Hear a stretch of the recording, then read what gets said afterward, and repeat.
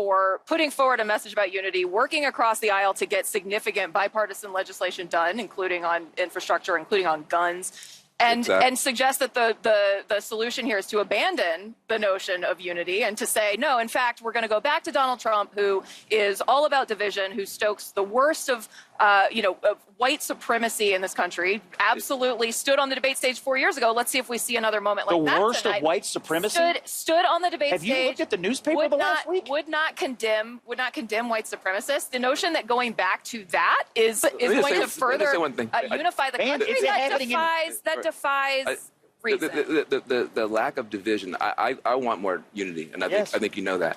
On the immigration in particular, which is a sore point now, there was a moment to bring people together, and it was Trump that stood in the door. When Biden reached out, we gave away everything we wanted on immigration to try to get a deal, and it was Trump that said, I'd rather leave the border on fire than solve the problem. So I don't think that he's going to be the unifier in chief to corner. But this underscores why 6 in 10 Americans didn't want this rematch that we're watching right now. That you may like some of what Joe Biden's accomplished, but you think he lacks the leadership credentials. You don't have the confidence going forward. And at Donald Trump, I hear every day from people who can't stand his character. They don't think he's a good guy, but they felt like life was better under him. Both need to show up today, and they need to make themselves appear as though they can be the president and they can make things marginally better than people feel they are today. These are very familiar men, and to the men and women watching around the country, but first impressions matter. Back to Vance's point, who frames this early on? They're going to argue over 90 minutes about the border, about the cost of living, about the world and Ukraine, about character, about personal, about democracy, about January 6th. They're going to have all those fights. But coming out of the box, I think who wins the last 80 minutes will have a lot to say about who wins the first 10 minutes by framing what is this about? Why are we here? And who doesn't? This is so important because people know what Donald Trump's message is. His message is the world's out of control. Biden's not in command. I'm strong. He's weak. Elect me. That's essentially his message. It hasn't been as clear what the Biden message is. It's coming into focus now. I advocate for people. I'm fighting for people. I'm fighting for your future. He's consumed by his past and fighting for himself, for vengeance and retribution. How's that going to help you?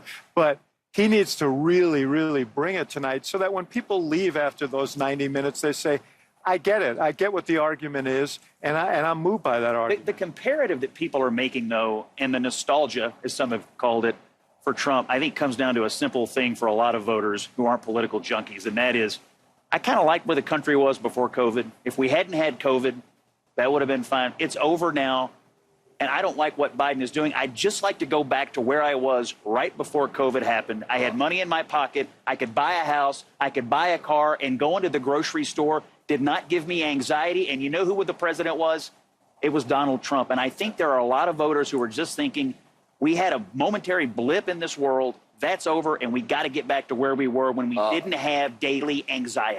If you talk about the United States of amnesia. Yeah. If you're talking about we didn't have daily anxiety during the Trump. Wait, maybe you guys had anxiety. That was the hallmark of the Trump presidency. Was chaos. This economic pain. This economic pain that you're talking about is the challenge. It is a challenge, yes. And I do think when people are going into grocery stores and they're scared to look at the numbers going up, and they're having to take stuff out the basket and take it back in front of their children. Those things are points of pain. The problem is Donald Trump's proposals would make all that dramatically worse. And I mean, you're talking about a bunch of economists came out and said you would have inflation with a rocket on the back of it if Donald Trump got back in there. And so that's a tougher argument to make. But the idea that you're going to be able to go back in time and have this kind of imaginary, wonderful moment where the country was united and everything was great. That never happened. That's mythology. That's the United States of amnesia. And that, I think though, David, David, you know what? I think that we can't paint with too broad of a brush here. One of the reasons why I think Donald Trump has always struggled with suburban women in particular is because of that anxiety, is because they do not believe that he is a uniter. They woke up every morning and wanted to turn the TV off in front of their children. What is he going to do about that tonight? I think is one of the huge questions that face him. And yes, broadly, maybe people are not dissatisfied with where the economy is, but for Trump, that trouble group, It's a problem for them. His temperament, let me it's a problem for them that he himself is the source of the anxiety, John? putting aside the... I want to follow up on that point because it's a really critical point. But yet, some of those same suburban women are unhappy with Biden's leadership. A lot of them are Republicans who voted for Biden in 2020 because of COVID, because of Trump's chaos, because of all that. It's much harder for a Republican to vote to re-elect a Democratic president. So their DNA is Republican, and Abby is dead right. They don't want the chaos back, but some of them have become transactional, like Trump. He'll close the border. He'll cut my taxes. I'll block all that stuff out. I think the challenge for the president tonight, for both of them, really, the country's drifting. People are still dealing with COVID. You might think you're not dealing with COVID. Everybody at this table is dealing with COVID. Those of us with kids understand what it's like to deal with the COVID hangover. Then the cost of living thing came in. The American people don't feel there's a North Star. Where are we going? There's nobody saying it's hard, it's tough. We're going to make some mistakes along the way, but that's where we're going. That's just gone in America right now. If one of them can at least give a spark of that, maybe you change things. This is actually, I think, the other problem for both men. Neither of them are great visionaries about, painting a picture of what is the country supposed to be. And it's hard for them because they both are not the most articulate men in the world. I don't know how that's going to play out tonight. We'll see tonight. I want to thank everybody here on the panel. The preliminaries are over. The main event is here. We'll be back with complete coverage and analysis later tonight. And with that, let's turn things over to CNN's Jake Tapper and also CNN's Dana Bash for this first presidential debate of 2024 campaign.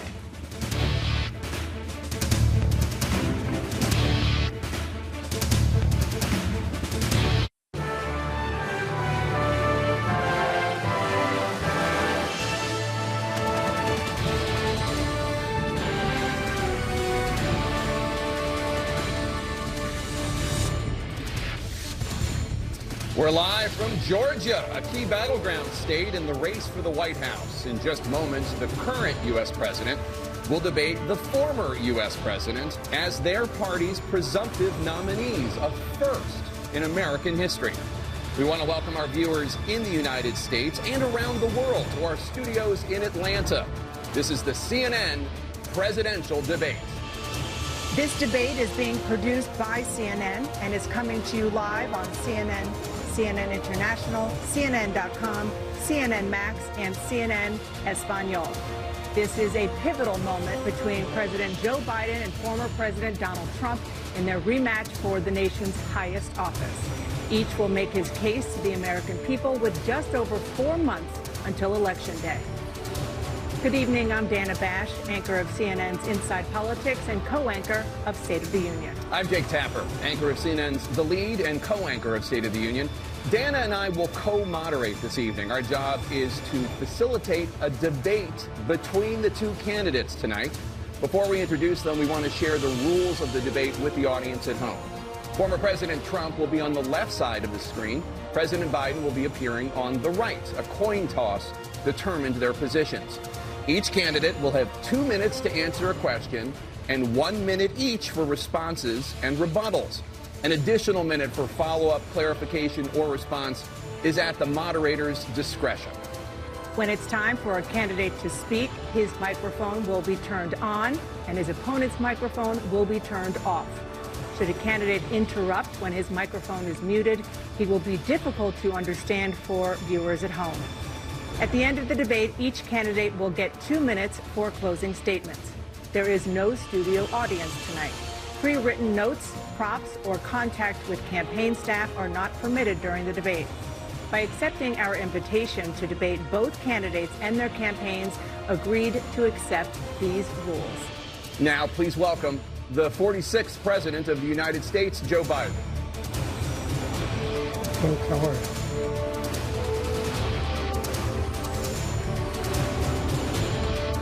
Great to be here. Thank you.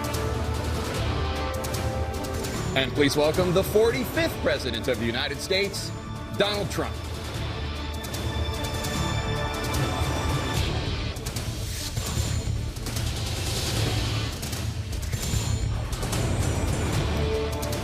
Gentlemen, thanks so much for being here. Let's begin the debate, and let's start with the issue that voters consistently say is their top concern, the economy. President Biden, inflation has slowed, but prices remain high. Since you took office, the price of essentials has increased. For example, a basket of groceries that cost $100 then now costs more than $120. And typical home prices have jumped more than 30%. What do you say to voters who feel they are worse off under your presidency than they were under President Trump? We got to take a look at what I was left when I became president and what Mr. Trump left me. We had an economy that was in free fall. The pandemic was so badly handled. Many people were dying. All he said was, it's not that serious. Just inject a little bleach into your arm. You'll be all right. The economy collapsed. There were no jobs. Unemployment rate rose to 15%. It was terrible. And so what we had to do is try to put things back together again. And that's exactly what we began to do. We created 15,000 new jobs. We brought out the position where we have 800,000 new manufacturing jobs. But there's more to be done. There's more to be done. Working class people are still in trouble. I come from Scranton, Pennsylvania. I come of a household where the kitchen table, if the things weren't able to be met during the month, it was a problem. Price of eggs, the price of gas, the price of housing, the price of a whole range of things. That's why I'm working so hard to make sure I deal with those problems. And we're going to make sure that we reduce the price of housing. We're going to make sure we build 2 million new units.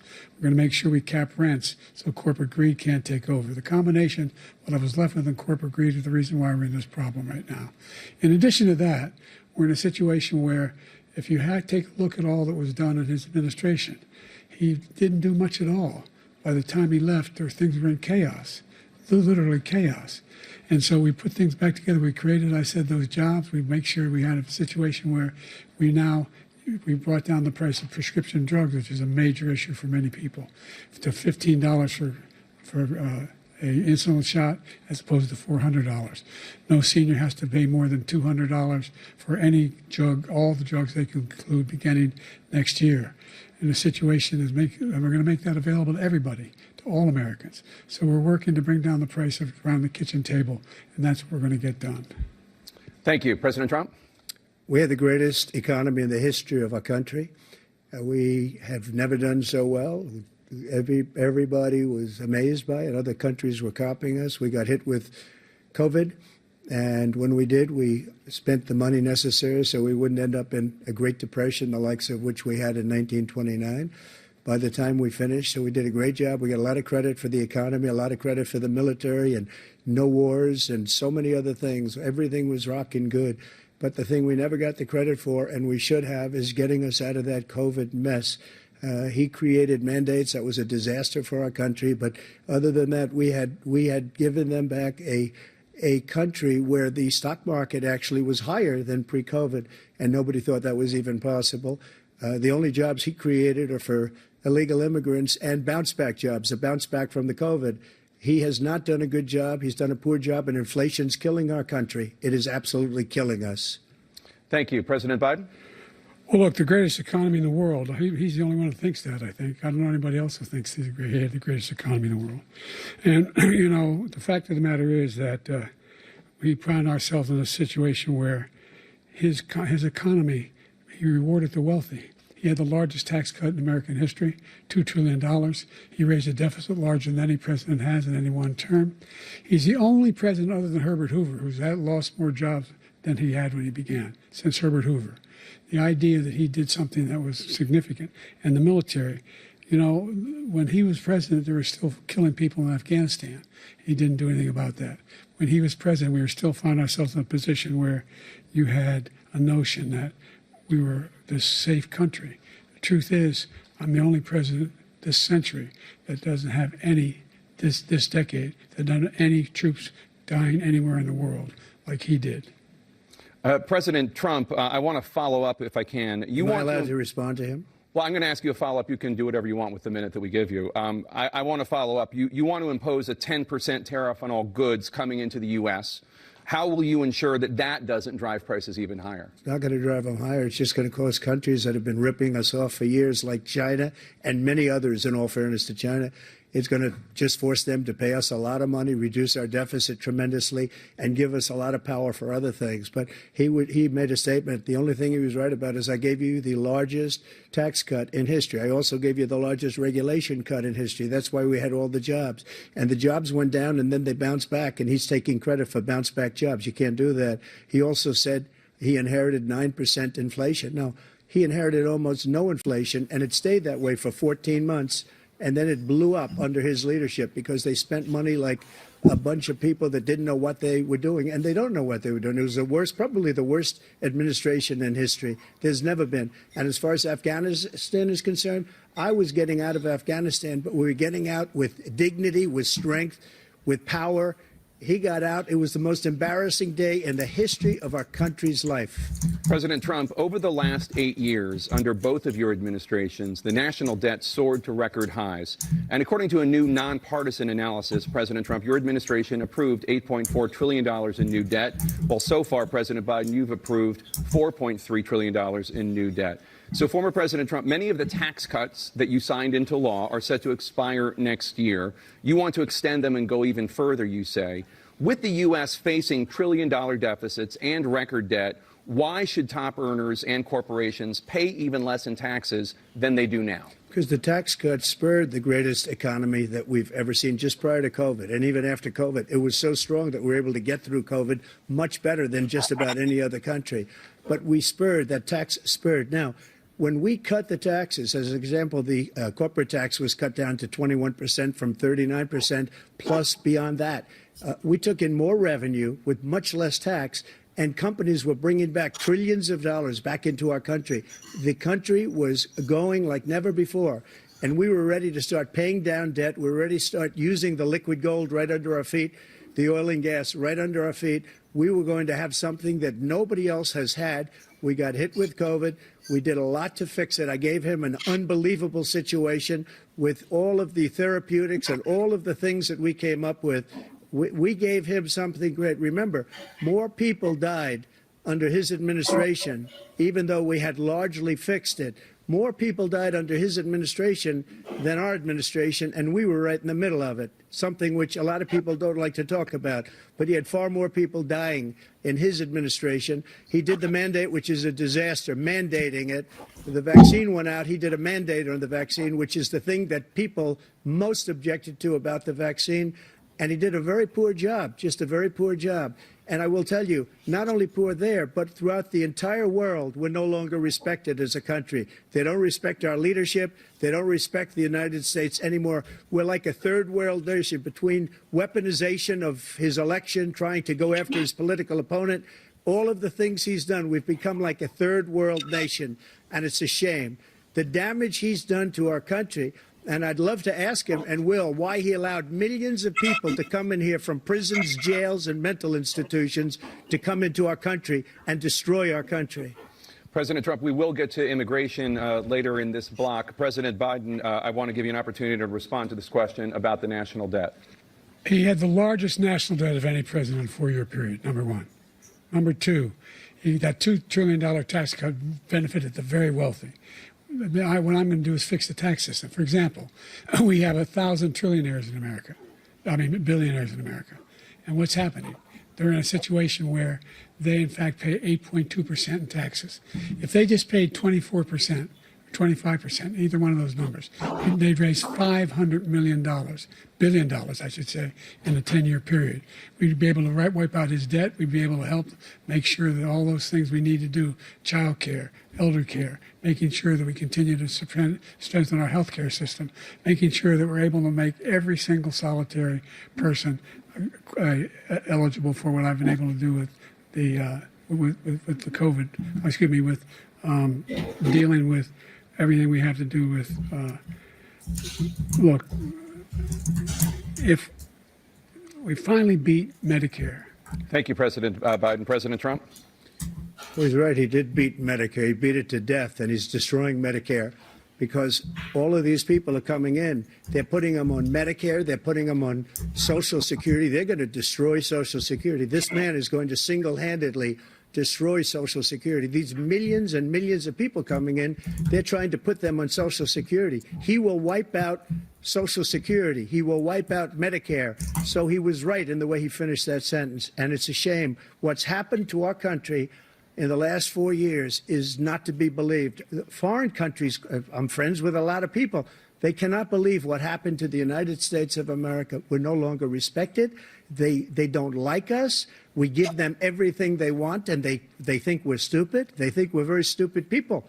What we're doing for other countries, and they do nothing for us. What this man has done is absolutely criminal. Thank you, President Trump. Dana?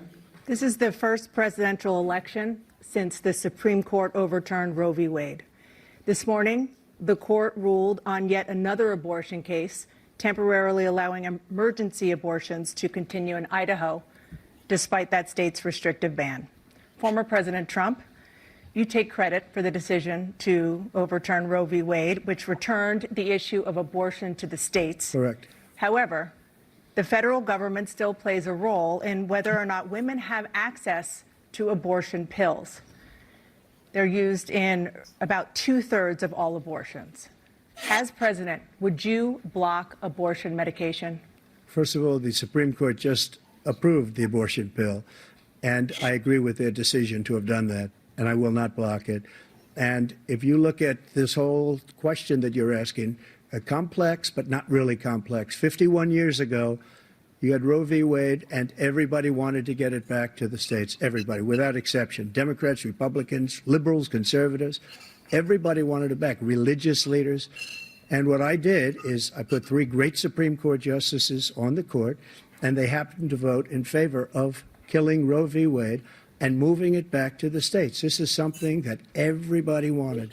Now, 10 years ago or so, they started talking about how many weeks and how many this, getting into other things. But every legal scholar throughout the world, the most respected, wanted it brought back to the states. I did that.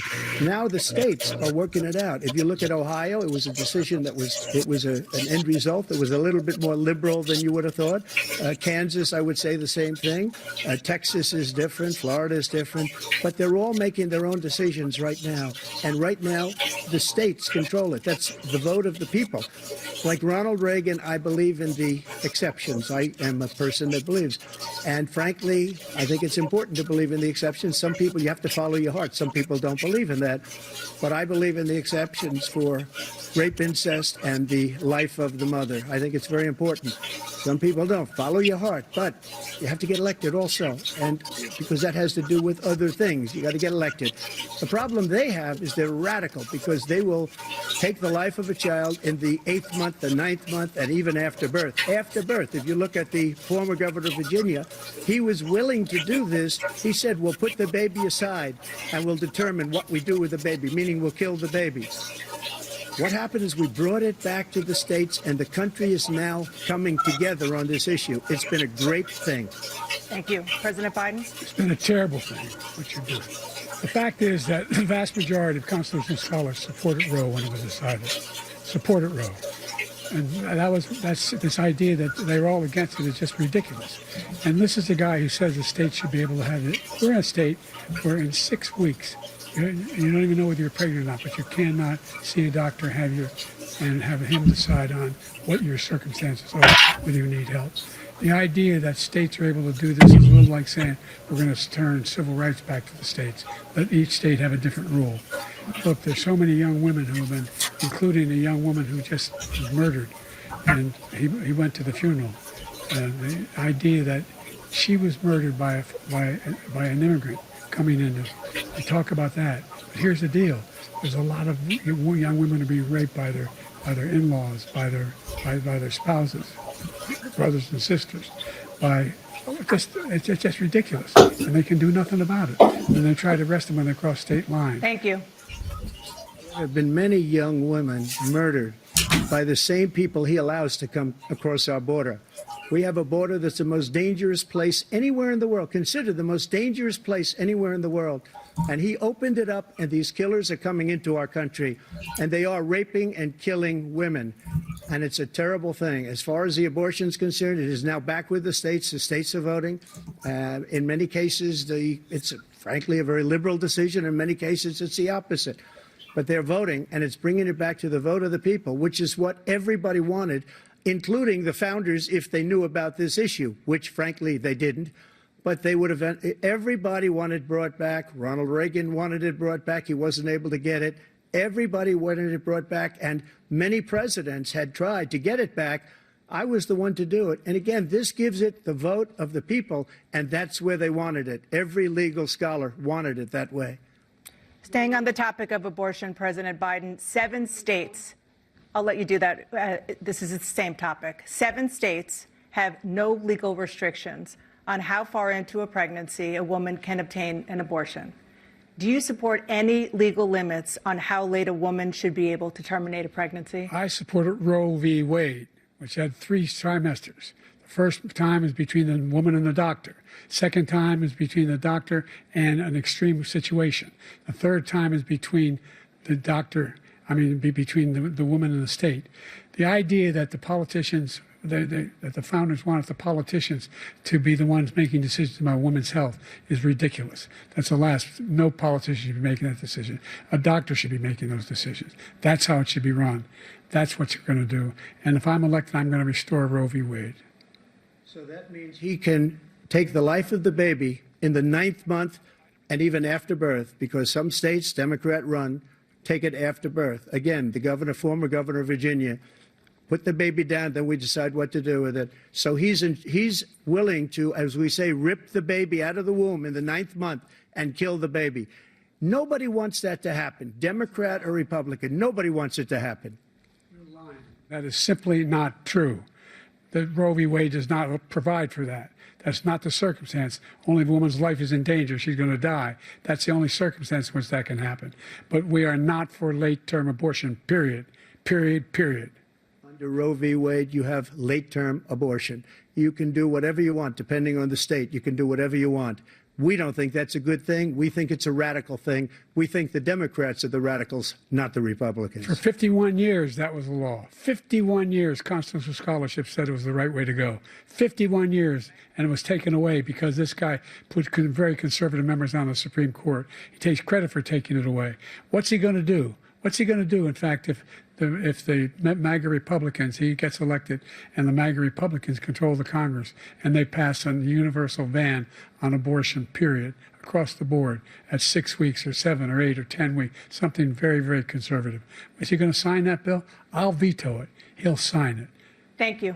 Let's turn now to the issue of immigration and border security. President Biden, a record number of migrants have illegally crossed the southern border on your watch.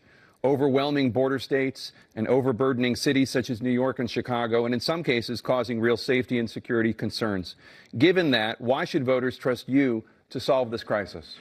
Because we worked very hard to get a bipartisan agreement that not only changed all of that, it made sure that we are in a situation where you had no circumstance where they could come across the border with the number of border police there are now. We significantly increased the number of asylum officers. By the way, the Border Patrol endorsed my position. In addition to that, we found ourselves in a situation where, when he was president, he was separating babies from their mothers, putting them in cages, making sure the families were separated. That's not the right way to go. What I've done since I've changed the law, what's happened? I've changed it in a way that now you're in a situation where there are 40% fewer people coming across the border illegally. That's better than when he left office.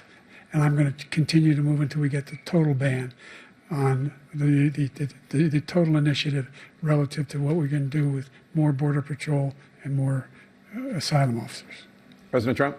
I really don't know what he said at the end of that sentence. I don't think he knows what he said either. Look, we had the safest border in the history of our country.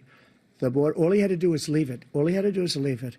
He decided to open up our border, open up our country to people that are from prisons, people that are from mental institutions, insane asylum, terrorists. We have the largest number of terrorists coming into our country right now, all terrorists, all over the world, not just in South America, all over the world. They come from the Middle East, everywhere. All over the world, they're pouring in. And this guy just left it open. And he didn't need legislation because I didn't have legislation. I said, close the border. We had the safest border in history. In that final couple of months of my presidency, we had, according to Border Patrol, who is great, and by the way, who endorsed me for president, but I won't say that, but they endorsed me for president. Brandon, just speak to him. But look, we had the safest border in history. Now we have the worst border in history. There's never been anything like it. And people are dying all over the place, including the people that are coming up in caravans. Thank you, President Trump. President Biden? The only terrorist who's done anything crossing the border is one who came along and killed three, and his administration, killed an Al-Qaeda person come in and his administration, killed three American soldiers. That's the only terrorist that's there. I'm not saying that no terrorist ever got through, but the idea they're emptying their prisons, we're welcoming these people, that's simply not true. There's no data to support what he said. Once again, he's exaggerating, he's lying. President Trump, staying on the topic of immigration, you've said that you're going to carry out, quote, the largest domestic deportation operation in American history, unquote. Does that mean that you will deport every undocumented immigrant in America, including those who have jobs, including those whose spouses are citizens, and including those who have lived here for decades? And if so, how will you do it? Just 1 second. He said we killed 3 people. The people we killed are al-Baghdadi and Soleimani, the 2 greatest terrorists, biggest terrorists anywhere in the world, and it had a huge impact on everything, not just border, on everything. He's the one that killed people with the bad water, including hundreds of thousands of people dying, and also killing our citizens when they come in. We are living right now in a rat's nest. They're killing our people in New York, in California, in every state in the union, because we don't have borders anymore. Every state is now a border. And because of his ridiculous, insane, and very stupid policies, people are coming in and they're killing our citizens at a level that we've never seen. We call it migrant crime. I call it Biden migrant crime. They're killing our citizens at a level that we've never seen before. And you're reading it like these 3 incredible young girls over the last few days. One of them, I just spoke to the mother, and they just had the funeral for this girl, 12 years old. This is horrible what's taken place. What's taken place in our country, we're literally an uncivilized country now. He doesn't want it to be. He just doesn't know. He opened the borders. Nobody's ever seen anything like. And we have to get a lot of these people out, and we have to get them out fast because they're going to destroy our country. Just take a look at where they're living. They're living in luxury hotels in New York City and other places. Our veterans are on the street. They're dying because he doesn't care about our veterans. He doesn't care. He doesn't like the military at all, and he doesn't care about our veterans. Nobody been worse. I had the highest approval rating for veterans taking care of the VA. He has the worst. He's gotten rid of all the things that I approved, choice that I got through Congress, all of the different things I approved, they abandoned. We had by far the highest, and now it's down in less than half because he's done all these great things that we did. And I think he did it just because I approved it, which is crazy. But he has killed so many people at our border by allowing all of these people to come in. And it's a very sad day in America. President Biden, you have the mic. Every single thing he said is a lie. Every single one. For example, veterans are a hell of a lot better off since I passed the PACT Act. 1 million of them now have insurance, and their families have it. Their families have it because what happened, whether it was Agent Orange or burn pits, they're all being covered now. And his group opposed that. We're also in a situation where we have great respect for veterans. My son spent a year in Iraq, living next to one of those burn pits, came back with stage 4 glioblastoma. I was recently in France for D-Day, and I spoke all about those heroes that died. I went to the World War I cemetery he refused to go to. He was standing with his 4-star general, and he told me, he said, I don't want to go in there because they're a bunch of losers and suckers. My son was not a loser. He was not a sucker. You're the sucker. You're the loser. President Trump? First of all, that was a made-up quote, suckers and losers. They made it up. It was in a third-rate magazine that's failing, like many of these magazines. He made that up. He put it in commercials. We've notified him. We had 19 people that said I didn't say it. And think of this. Who would say I'm at a cemetery or I'm talking about our veterans? Because nobody's taken better care. I'm so glad this came up and he brought it up. There's nobody that's taken better care of our soldiers than I have. To think that I would, in front of generals and others, say suckers and losers. We have 19 people that said it was never said by me. It was made up by him, just like Russia was made up, just like the 51 intelligence agents are made up. Just like the new thing with the 16 economists are talking, it's the same thing. 51 intelligence agents said that the laptop was Russia disinformation. It wasn't. That came from his son, Hunter. It wasn't Russia disinformation. He made up the suckers and losers, so he should apologize to me right now. 4-star general standing to your side who was on your staff who said you said it, period. That's number one. And number two, the idea that I have to apologize to you for anything along the line.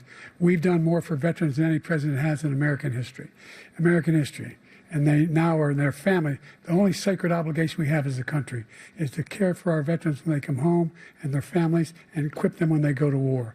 That's what we're doing. That's what the VA is doing now. They're doing more for veterans than ever before in our history. All right. Thank you so much. Let's move to the topic of foreign policy. I want to begin with Russia's war against Ukraine, which is now in its third year. Former President Trump, Russian President Vladimir Putin says he'll only end this war if Russia keeps the Ukrainian territory it has already claimed and Ukraine abandons its bid to join NATO. Are Putin's terms acceptable to you? First of all, our veterans and our soldiers can't stand this guy.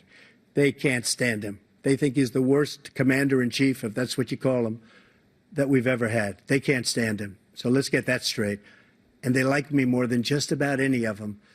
And that's based on every single bit of information. As far as Russia and Ukraine, if we had a real president, the president that knew, that was respected by Putin, he would have never invaded Ukraine. A lot of people are dead right now, much more than people know. You know, they talk about numbers. You can double those numbers, maybe triple those numbers. He did nothing to stop it. In fact, I think he encouraged Russia from going in. I'll tell you what happened. He was so bad with Afghanistan. It was such a horrible embarrassment, most embarrassing moment in the history of our country, that when Putin watched that and he saw the incompetence, that he should have fired those generals, like I fired the one that you mentioned. And so he's got no love lost. But he should have fired those generals. No general got fired for the most embarrassing moment in the history of our country, Afghanistan, where we left billions of dollars of equipment behind. We lost 13 beautiful soldiers, and 38 soldiers were obliterated. And by the way, we left people behind, too. We left American citizens behind. When Putin saw that, he said, you know what? I think we're going to go in and maybe take this was his dream. I talked to him about it, his dream. The difference is he never would have invaded Ukraine, never. Just like Israel would have never been invaded in a million years by Hamas. You know why? Because Iran was broke with me. I wouldn't let anybody do business with them. They ran out of money. They were broke. They had no money for Hamas. They had no money for anything. No money for terror. That's why you had no terror at all during my administration. This place, the whole world is blowing up under him. President Biden? Never heard so much malarkey in my whole life. Look, the fact of the matter is that we're in a situation where, let's take the last point first. Iran attacked American troops, caused brain damage for a number of these troops, and he did nothing about it. Recently, not when he was president. They attacked. He said they're just having headaches. That's all it is. He didn't do a thing when the attack took place, number one. Number two, we got over 100,000 Americans and others out of Afghanistan during that airlift. Number three, we found ourselves in a situation where, if you take a look at what Trump did in Ukraine, this guy told Trump, do whatever you want, and do whatever you want. And that's exactly what Trump did to Putin, encourage him, do whatever you want. And he went in. And listen to what he said when he went in. He was going to take Kyiv in 5 days, remember? Because it's part of the old Soviet Union. That's what he wanted to reestablish. Kyiv, and he in fact didn't do it at all. He wasn't able to get it done, and they've lost thousands and thousands of troops, 500,000 troops. President Trump, I never said that. For 1 minute, I just want to go back to my original question, which is, are Putin's terms acceptable to you? Keeping the territory in Ukraine? No, they're not acceptable. But look, this is a war that never should have started. If we had a leader in this war, he led everybody along. He's given $200 billion now or more to Ukraine. He's given $200 billion. That's a lot of money. I don't think there's ever been anything like it. Every time that Zelensky comes to this country, he walks away with $60 billion. He's the greatest salesman ever. And I'm not knocking him. I'm not knocking anything. I'm only saying the money that we're spending on this war, and we shouldn't be spending, it should have never happened. I will have that war settled between Putin and Zelensky as president-elect before I take office on January 20th. I'll have that war settled. People being killed so needlessly, so stupidly, and I will get it settled, and I'll get it settled fast before I take office. President Biden, you have a minute. The fact is that Putin is a war criminal. He's killed thousands and thousands of people. And he has made one thing clear. He wants to reestablish what was part of the Soviet Empire, not just a piece. He wants all of Ukraine. That's what he wants. And then do you think he'll stop there? Do you think he'll stop when if he takes Ukraine? What do you think happens to Poland? What do you think of Belarus? What do you think happens to those NATO countries? And so if you want a war, you ought to find out what he's going to do, because if in fact he does what he says and walks away, and by the way, all that money we give Ukraine are from weapons we make here in the United States. We give them the weapons, not the money at this point. And our NATO allies have produced as much funding for Ukraine as we have. That's why we're strong. Thank you. Moving on to the Middle East. In October, Hamas attacked Israel, killing more than 1,000 people and taking hundreds of hostages. Among those held and thought to still be alive are 5 Americans. Israel's response has killed thousands of Palestinians and created a humanitarian crisis in Gaza. President Biden, you've put forward a proposal to resolve this conflict, but so far Hamas has not released the remaining hostages, and Israel is continuing its military offensive in Gaza. So what additional leverage will you use to get Hamas and Israel to end the war? You have 2 minutes. Number one, everyone from the United Nations Security Council straight through to the G7 to the Israelis and Netanyahu himself have endorsed the plan I put forward, which has 3 stages to it. The first stage is trade the hostages for a ceasefire. Second phase is a ceasefire with additional conditions. The third phase is the end of the war. The only one who wants the war to continue is Hamas. Number one, they're the only ones standing out. We're still pushing hard to get them to accept. In the meantime, what's happened? In Israel, we're finding that the only thing I've denied Israel was 2,000-pound bombs. They don't work very well in populated areas. They kill a lot of innocent people. We're providing Israel with all the weapons they need and when they need them. And by the way, I'm the guy that organized the world against Iran when they had a full-blown intercontinental ballistic missile attack on Israel. No one was hurt. No one Israeli was accidentally killed, and it just stopped. We saved Israel. We are the biggest producer of support for Israel of anyone in the world. And so there are 2 different things.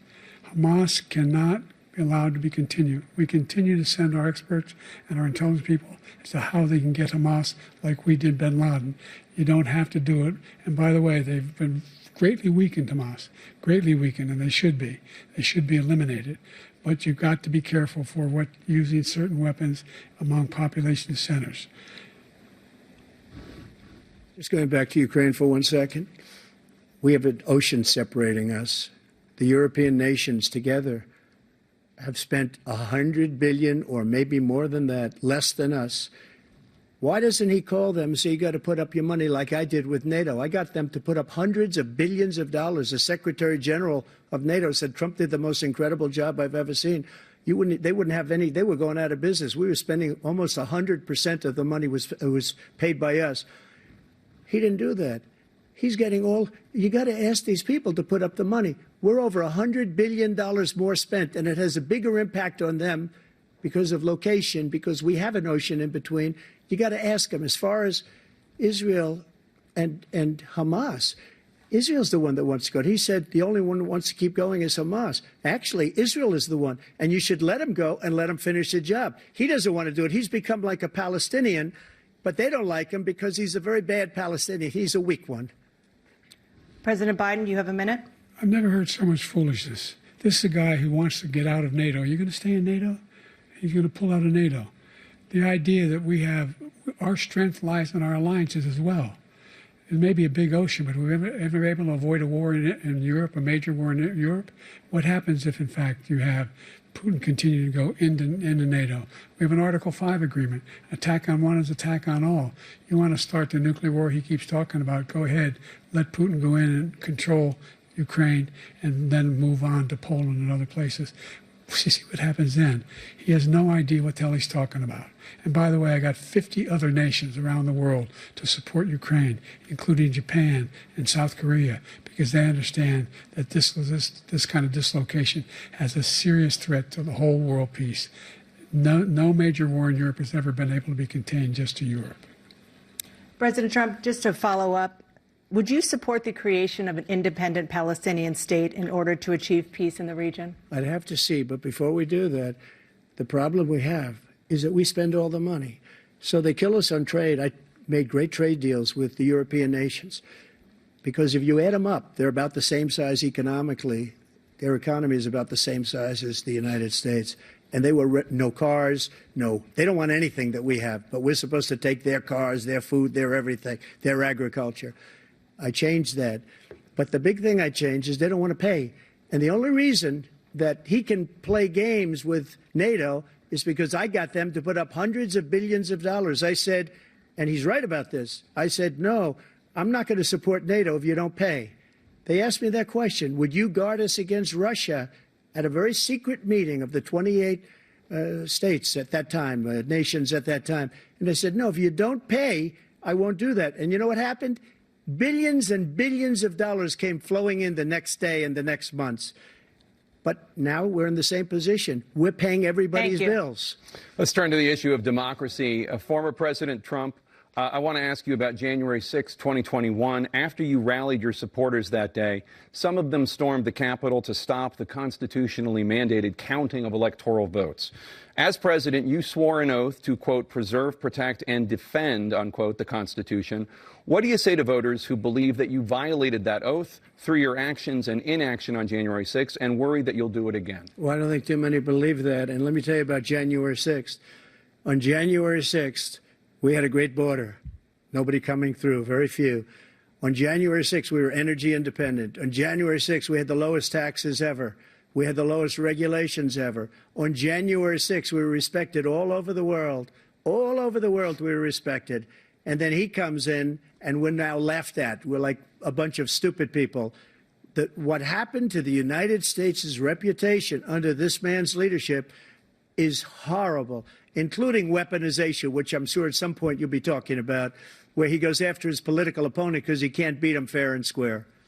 You have 80 seconds left. My question was, what do you say to those voters who believe that you violated your constitutional oath through your actions and inaction on January 6, 2021, and worry that you'll do it again? Well, I didn't say that to anybody. I said peacefully and patriotically. And Nancy Pelosi, if you just watched the news from 2 days ago, on tape to her daughter, who's a documentary filmmaker, they say, but she's saying, oh, no, it's my responsibility. I was responsible for this. Because I offered her 10,000 soldiers or National Guard, and she turned them down. And the mayor in writing, by the way, the mayor in writing turned it down, the mayor of D.C. They turned it down. I offered 10,000 because I could see, I had virtually nothing to do. They asked me to go make a speech. I could see what was happening. Everybody was saying they're going to be there on January 6th. They're going to be there. And I said, you know what? There's a lot of people coming. You could feel it. You could feel it, too, and you could feel it. And I said, they ought to have some National Guard or whatever. And I offered it to her. And she now admits that she turned it down. And it was the same day she was, I don't know, she can't be very happy with her daughter because it made her into a liar. She said, I take full responsibility for January 6th. President Biden? Look, he encouraged those folks to go up on Capitol Hill, number one. I sat in the dining room off the Oval Office. He sat there for 3 hours watching, begging, being begged by his vice president and a number of his colleagues on the Republican side as well to do something, to call for a stop, to end it. Instead, they talked about these people being patriots and great patrons of America. In fact, he says he'll now forgive them for what they've done. They've been convicted. He says he wants to commute their sentences and say that no. But he went to every single court in the nation. I don't know how many cases, scores of cases, including the Supreme Court. And they said, no, this guy is responsible for doing what was done. He did do a damn thing. And these people should be in jail. And they should be the ones who are being held accountable. And he wants to let them all out. And now he says if he loses again, such a whiner that he is, that it could be a bloodbath. Thank you, President Biden. President Trump? What they've done to some people that are so innocent, You ought to be ashamed of yourself. What you have done, how you've destroyed the lives of so many people. When they ripped down Portland, when they ripped down many other cities, you go to Minnesota, Minneapolis, what they've done there with the fires all over the city. If I didn't bring in the National Guard, that city would have been destroyed. When you look at all of they took over big chunks of Seattle. I was all set to bring in the National Guard. They heard that. They saw them coming, and they left immediately. What he said about this whole subject is so off. Peacefully patriotic. One other thing. The Unselect Committee, which is basically two horrible Republicans that are all gone now, out of office, and Democrats, all Democrats, they destroyed and deleted all of the information they found because they found out we were right. We were right. And they deleted and destroyed all of the information. They should go to jail for that. If a Republican did that, they'd go to jail. Thank you, President Trump. President Biden, I want to give you a minute. The only person on this stage is a convicted felon is the man I'm looking at right now. And the fact of the matter is, what he's telling you is simply not true. The fact is that there was no effort on his part to stop what was going on up in Capitol Hill. And all those people, every one of those who were convicted, deserves to be convicted. The idea that they didn't kill somebody, just went in and broke down doors, broke the windows, occupied offices, turned over desks, turned them over statues. The idea that those people are patriots? Come on. When I asked him the first two debates we had, first time around, I said, will you denounce the Proud Boys? He said, no, I'll tell them to stand by. The idea he's refusing, will you denounce these guys? Will you denounce the people we're talking about now? Will you denounce the people who attacked that Capitol? What are you going to do? I'm going to give you a minute, President Trump, for a follow-up question I have. After a jury convicted you of 34 felonies last month, you said if reelected, you would, quote, have every right to go after, unquote, your political opponents. You just talked about members of the Select Committee on January 6th going to jail. Your main political opponent is standing on stage with you tonight. Can you clarify exactly what it means about you feeling you have every right to go after your political opponents? Well, I said my retribution is going to be success. We're going to make this country successful again, because right now it's a failing nation. My retribution is going to be success. But when he talks about a convicted felon, his son is a convicted felon at a very high level. His son is convicted, going to be convicted probably numerous other times. Should have been convicted before, but his Justice Department let the statute of limitations lapse on the most important things. But he could be a convicted felon as soon as he gets out of office. Joe could be a convicted felon with all of the things that he's done. He's done horrible things. All of the death caused at the border, telling the Ukrainian people that we're going to want $1 billion or you change the prosecutor. Otherwise, you're not getting $1 billion. If I ever said that, that's quid pro quo. That we're not going to do anything. We're not going to give you $1 billion unless you change your prosecutor having to do with the son. This man is a criminal. This man, you're lucky. You're lucky. I did nothing wrong. We'd have a system that was rigged and disgusting. I did nothing wrong. Thank you, President Trump. President Biden, you have said, I'm coming right to you, sir. You want to respond? Go ahead. I'll give you a minute to respond. The idea that I did anything wrong relative to what you're talking about is outrageous. It's simply a lie, number one. Number two, the idea that you have a right to seek retribution against any American just because you're president is wrong. It's simply wrong. No president's ever spoken like that before. No president in our history has spoken like that before. Number three, the crimes that you are still charged with, and think of all the civil penalties you have. How many billions of dollars do you owe in civil penalties for molesting a woman in public, for doing a whole range of things, of having sex with a porn star on the night while your wife was pregnant? I mean, what are you talking about? You have the morals of an alley cat. Give you a minute, sir. I didn't have sex with a porn star, number one. Number two, that was a case that was started and moved. They moved a high-ranking official, a DOJ, into the Manhattan DA's office to start that case. That case is going to be appealed and won. We had a very terrible judge, a horrible judge, Democrat. The prosecutor were all high-ranking Democrats, appointed people, and both the civil and the criminal. He basically went after his political opponent because he thought it was going to damage me. But when the public found out about these cases, because they understand it better than he does, he has no idea what these cases are. But when they found out about these cases, you know what they did? My poll numbers went up, way up. You know that because you're reporting it. And we took in more money in the last 2 weeks than we've ever taken in the history of any campaign. I don't think any campaign has ever taken. Hundreds of millions of dollars came pouring in because the public knows it's a scam, and it's a guy that's after his political opponent because he can't win fair and square. Thank you, President Trump. President Biden, you have said, quote, Donald Trump and his MAGA Republicans are determined to destroy American democracy. Do you believe that the tens of millions of Americans who are likely to vote for President Trump will be voting against American democracy? The more they know about what he's done, yes. The more they know about what he's done. And there's a lot more coming. He's got a lot of cases down the road coming around. He's got a whole range of issues he has to face. I don't know what the juries will do, but I do know he has a real problem. And so the fact that, could you ever think you hear any president say that I'm going to seek retribution? Do you ever hear any president say that I thought Hitler had some good ideas? What got me involved to run in the first place after my son had died, I decided in Iraq, because of Iraq, I said I wasn't going to run again until I saw what happened in Charlottesville, Virginia. People coming out of the woods carrying swastikas on torches, and singing the same anti-Semitic bile they sang when back in Germany. And the young woman got killed. I spoke to the mother, and they asked him, they said, what do you think of those people? The ones who got killed, the one who tried to stop it, and the ones, he said, I think they're fine people on both sides. What American president would ever say, Nazis coming out of fields, carrying torches, singing the same anti-Semitic bile, carrying swastikas, were fine people?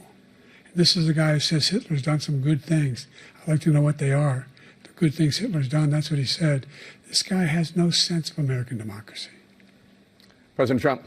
Jake, both of you know that story has been totally wiped out because when you see the sentence, it said 100% exoneration on that. So he just keeps it going. He says he ran because of Charlottesville. He didn't run because of Charlottesville.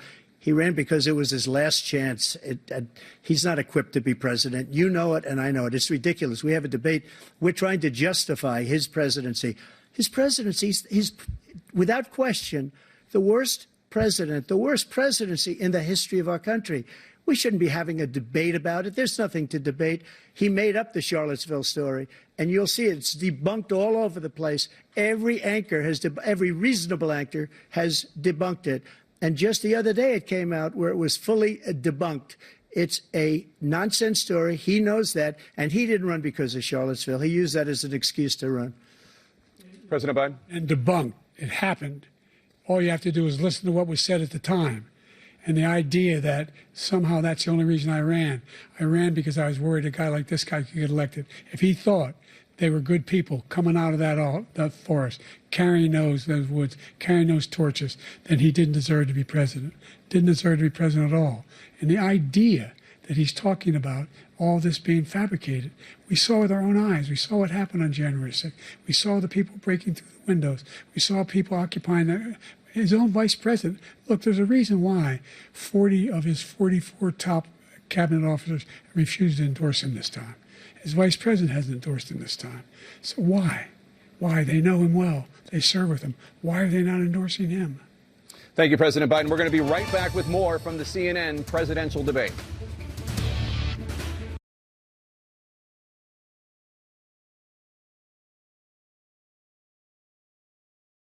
Boring. I think Sleepy Joe is really sleepy. I think Sleepy Joe is really sleepy. I think he needs to, sorry if my volume's too loud. I think he needs to go take a nap. Joe Biden looks like he has one foot in a nursing home and the other foot in the grave. And it's on a banana peel. He about to slip on into the grave. Those facial expressions that Joe Biden gave throughout the debate is like, hello, Joe, Sleepy Joe, we're here. We're at the debate. Come on now. And I believe somebody's feeding him information. I do not believe he is thinking on his toes. And so, half of the stuff you couldn't even understand what he was saying. I want to go back to the point where they were talking about the debt. That was like the first question, the first initial question after they introduced themselves. They were talking about debt, and Joe Biden responded about the nation's debt. Did anybody understand what he said? I don't understand what he said. Now, Trump, he's doing a hell of a job. Clearly, he's going to be the winner. Clearly, because you could literally understand what he's talking about. But Joe Biden, I don't know. I don't know why people are still saying, I'm going to vote for Joe. Somebody put a 1 in the chat if you will be voting for Joe Biden. Please put a 1 in the chat. I just can't get past the way this man is talking incoherently. You can't understand what he's saying. Now, Trump may be a lot of things, but at least we know he's smart. He's a businessman, and you can understand him.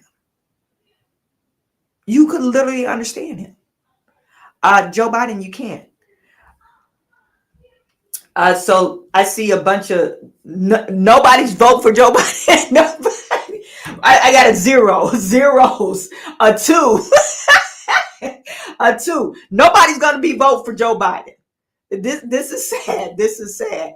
And like I said, it's sad that Joe Biden, and he does have some supporters, but the Democratic Party is going to be just like that Jamal Bowman in New York State. Well, actually, Democrats eat their own people because he got unseated by another Democrat that was funded by a Jewish super PAC.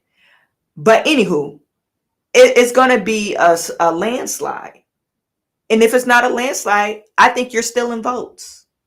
Because anybody voting for Joe Biden in their right, literally, will anybody vote for Joe Biden in their right mind? You just got to be like a crazy person to say, after you see this, to say, I'm going to vote for Joe. It looks like they're coming back live. Let me see what they're talking about. Let's talk about persistent challenges you both faced in your first terms, and you'd certainly face again in a second term.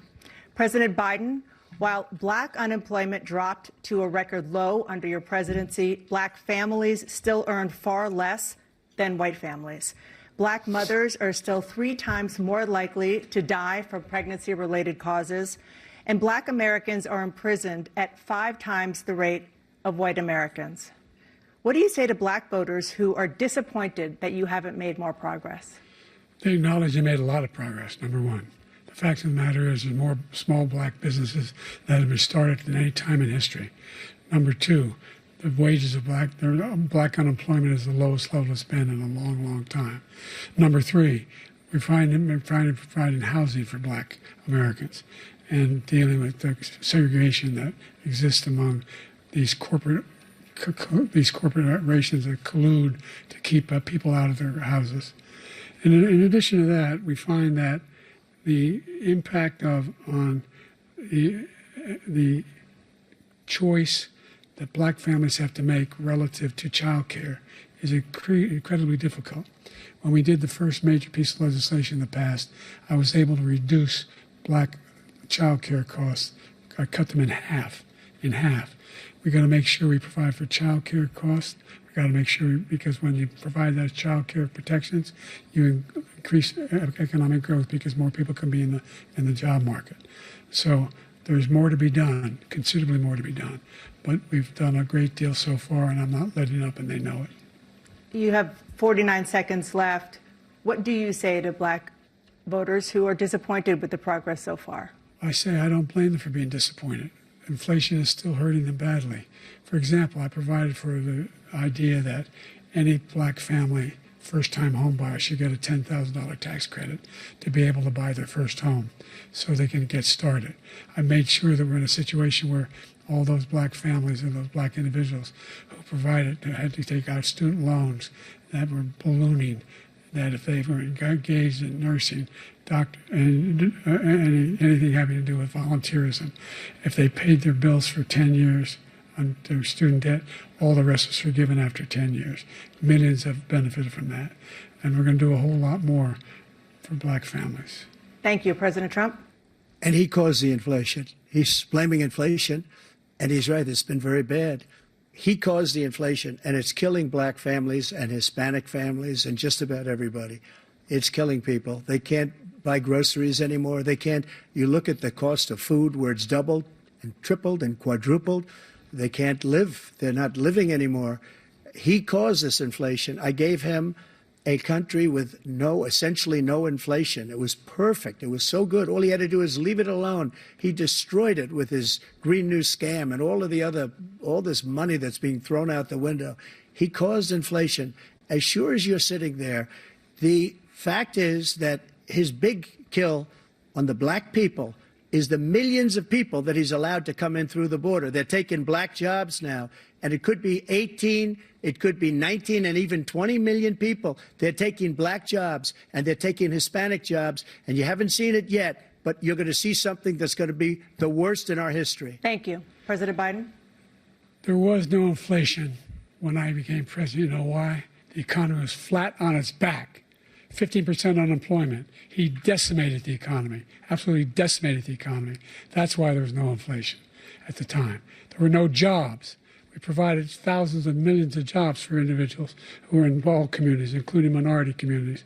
We made sure that they have health insurance. We have covered, the ACA has increased. I made sure that they're $8,000 per person in a family to get written off for health care. But this guy wants to eliminate that. They tried 50 times. He wants to get rid of the ACA again, and they're going to try again if they win. You find ourselves in a position where the idea that we're not doing any, we put more police on the street than any administration has. He wants to cut the cops. We're providing for equity and making sure people have a shot to make it. There's a lot going on, but in inflation, he caused it by his tremendous malfeasance in the way he handled the pandemic. Thank you. Another persistent challenge is the climate crisis. 2023 was the hottest year in recorded history, and communities across the country are confronting the devastating effects of extreme heat, intensifying wildfires, stronger hurricanes, and rising sea levels. Former President Trump, you've vowed to end your opponent's climate initiatives, but will you take any action as president to slow the climate crisis? Well, let me just go back to what he said about the police, how close the police are to him. Almost every police group in the nation from every state is supporting Donald J. Trump, almost every police group. And what he's done to the black population is horrible, including the fact that for 10 years he called them super predators. We can't, in the 1990s, we can't forget that. Super predators was his name, and he called it to them for 10, and they've taken great offense at it, and now they see it happening. But when they see what I did for criminal justice reform and for the historically black colleges and universities, where I funded them and got them all funded, and the opportunity zones with Tim, as you know, Tim Scott was incredible. He did a great job, great senator from South Carolina. He came to me with the idea, and it was a great idea. It's one of the most successful economic development acts ever in the country, opportunity zones. And the biggest beneficiary are blacks. And that's why we have the best numbers with them in maybe ever. They're saying ever. I read this morning where ever, the best numbers. He's lost much of the black population because he's done a horrible job for black people. He's also done a horrible job for Hispanics. But wait till you see these millions of people pouring into our country, and they're going to take the jobs. And it's already started, and you haven't seen anything yet. It's a disaster. You've 38 seconds left. President Trump, will you take any action as president to slow the climate crisis? So I want absolutely immaculate clean water, and I want absolutely clean air, and we had it. We had H2O. We had the best numbers ever, and we were using all forms of energy, all forms, everything. And yet, during my 4 years, I had the best environmental numbers ever.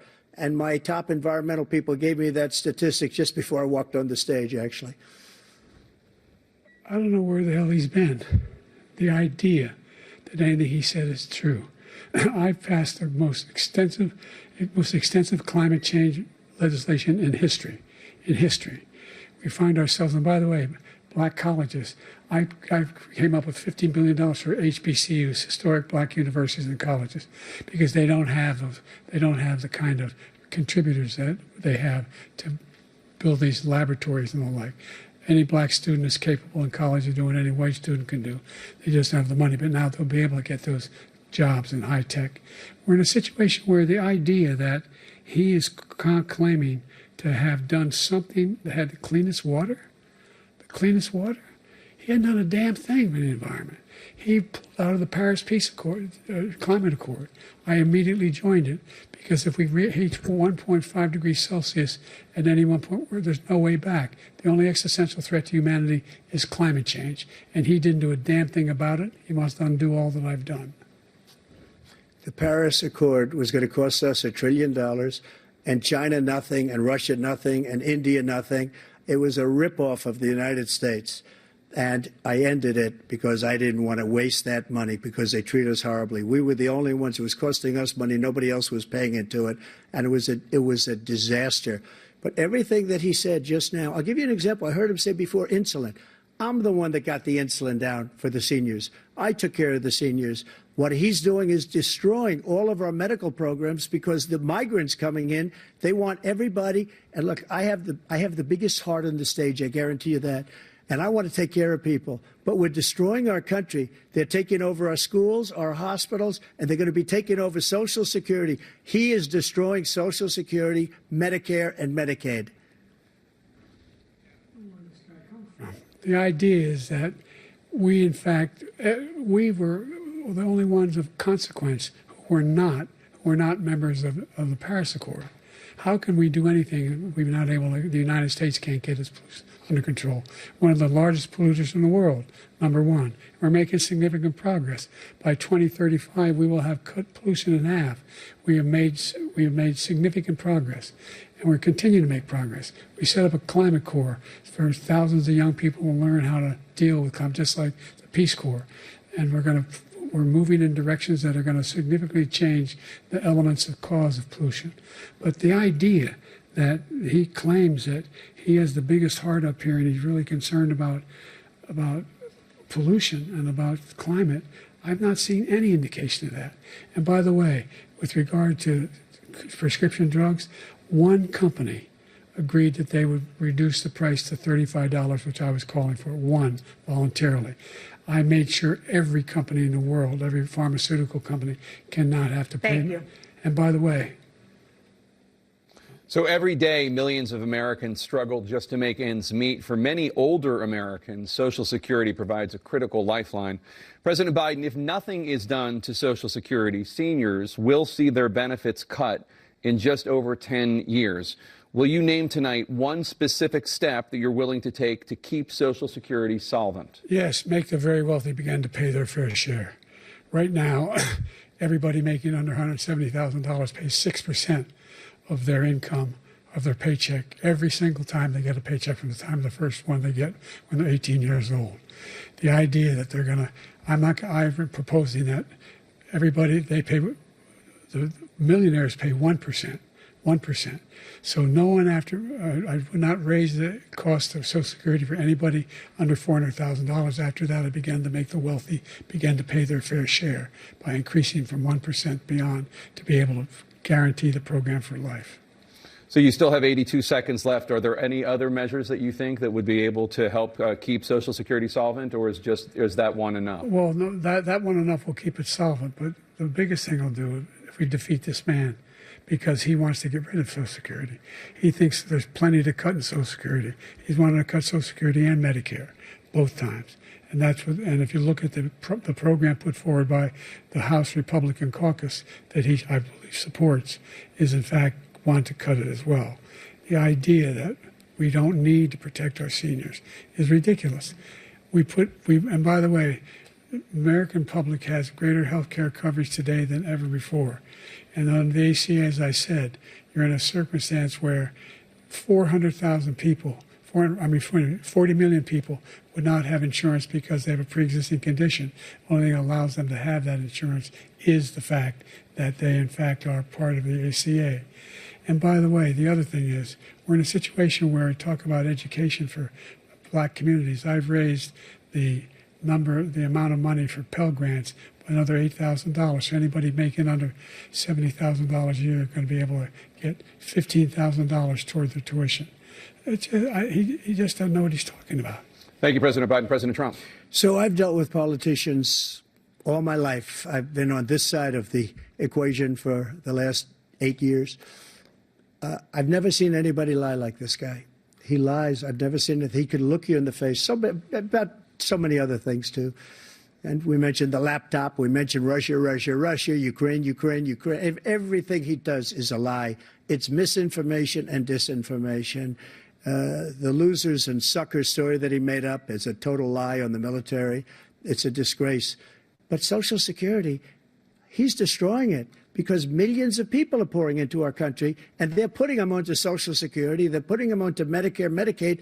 They're putting them in our hospitals. They're taking the place of our citizens. What they're doing to the VA, to our veterans, is unbelievable. Our veterans are living in the street, and these people are living in luxury hotels.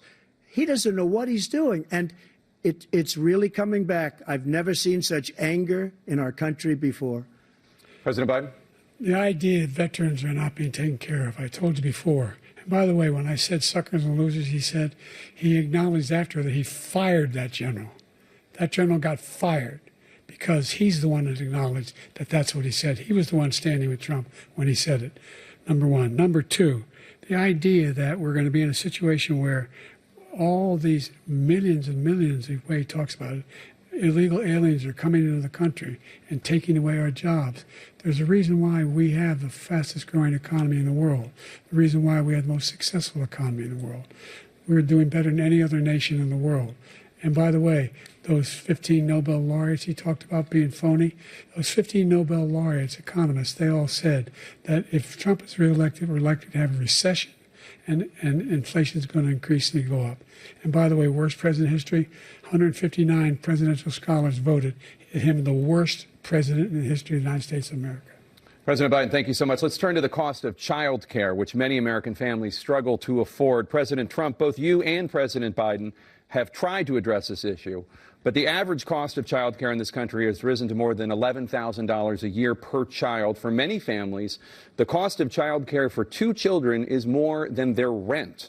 In your second term, what would you do to make child care more affordable? Just to go back, the general got fired because he was no good. And if he said that, that's why he made it up. But we have 19 people that said I didn't say it, and they're very highly respected, much more so than him. The other thing is, he doesn't fire people. He never fired people. I've never seen him fire anybody. I did fire a lot. I fired Comey because he was no good. I fired a lot of the top people at the FBI, drained the swamp. They were no good.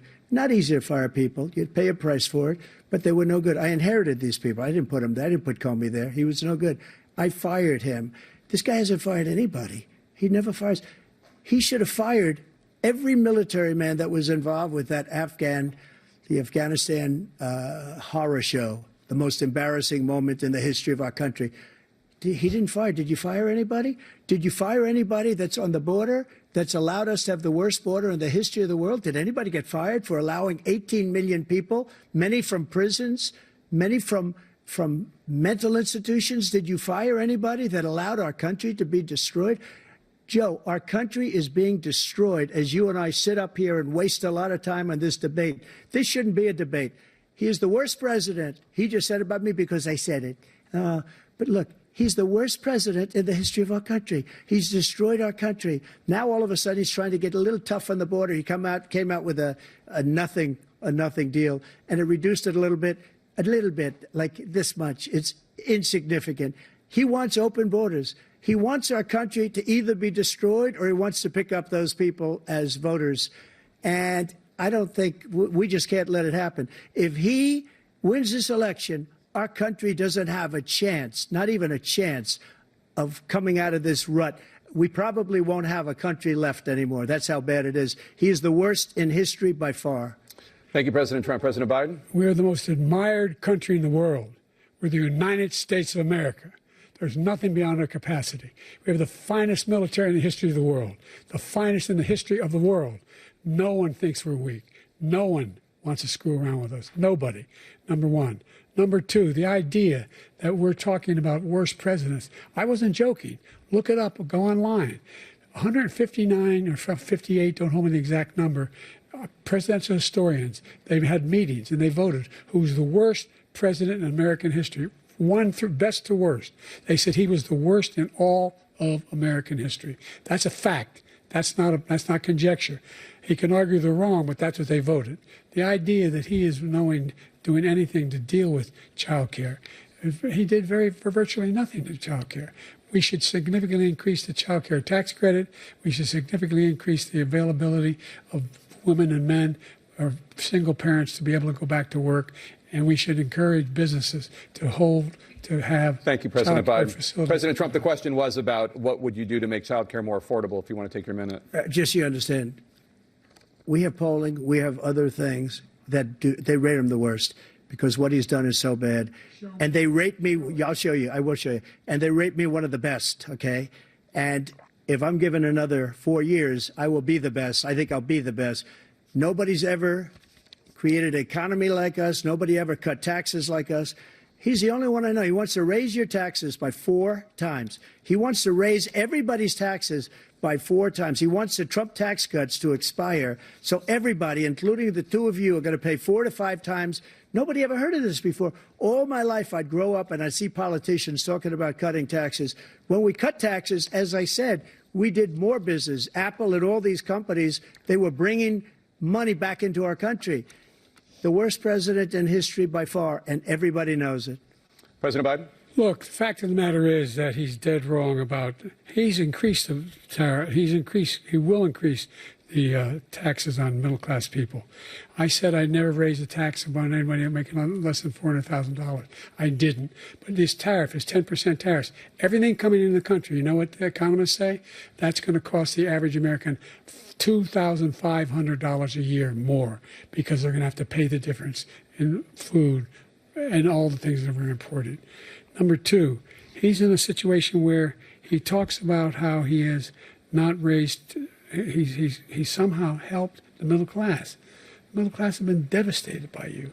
Now you want a new tax cut of $5 trillion over the next 10 years, which is going to fundamentally bankrupt the country. You have the largest deficit of any president in American history, number one. Number two, you have not, in fact, made any contact, any progress with China.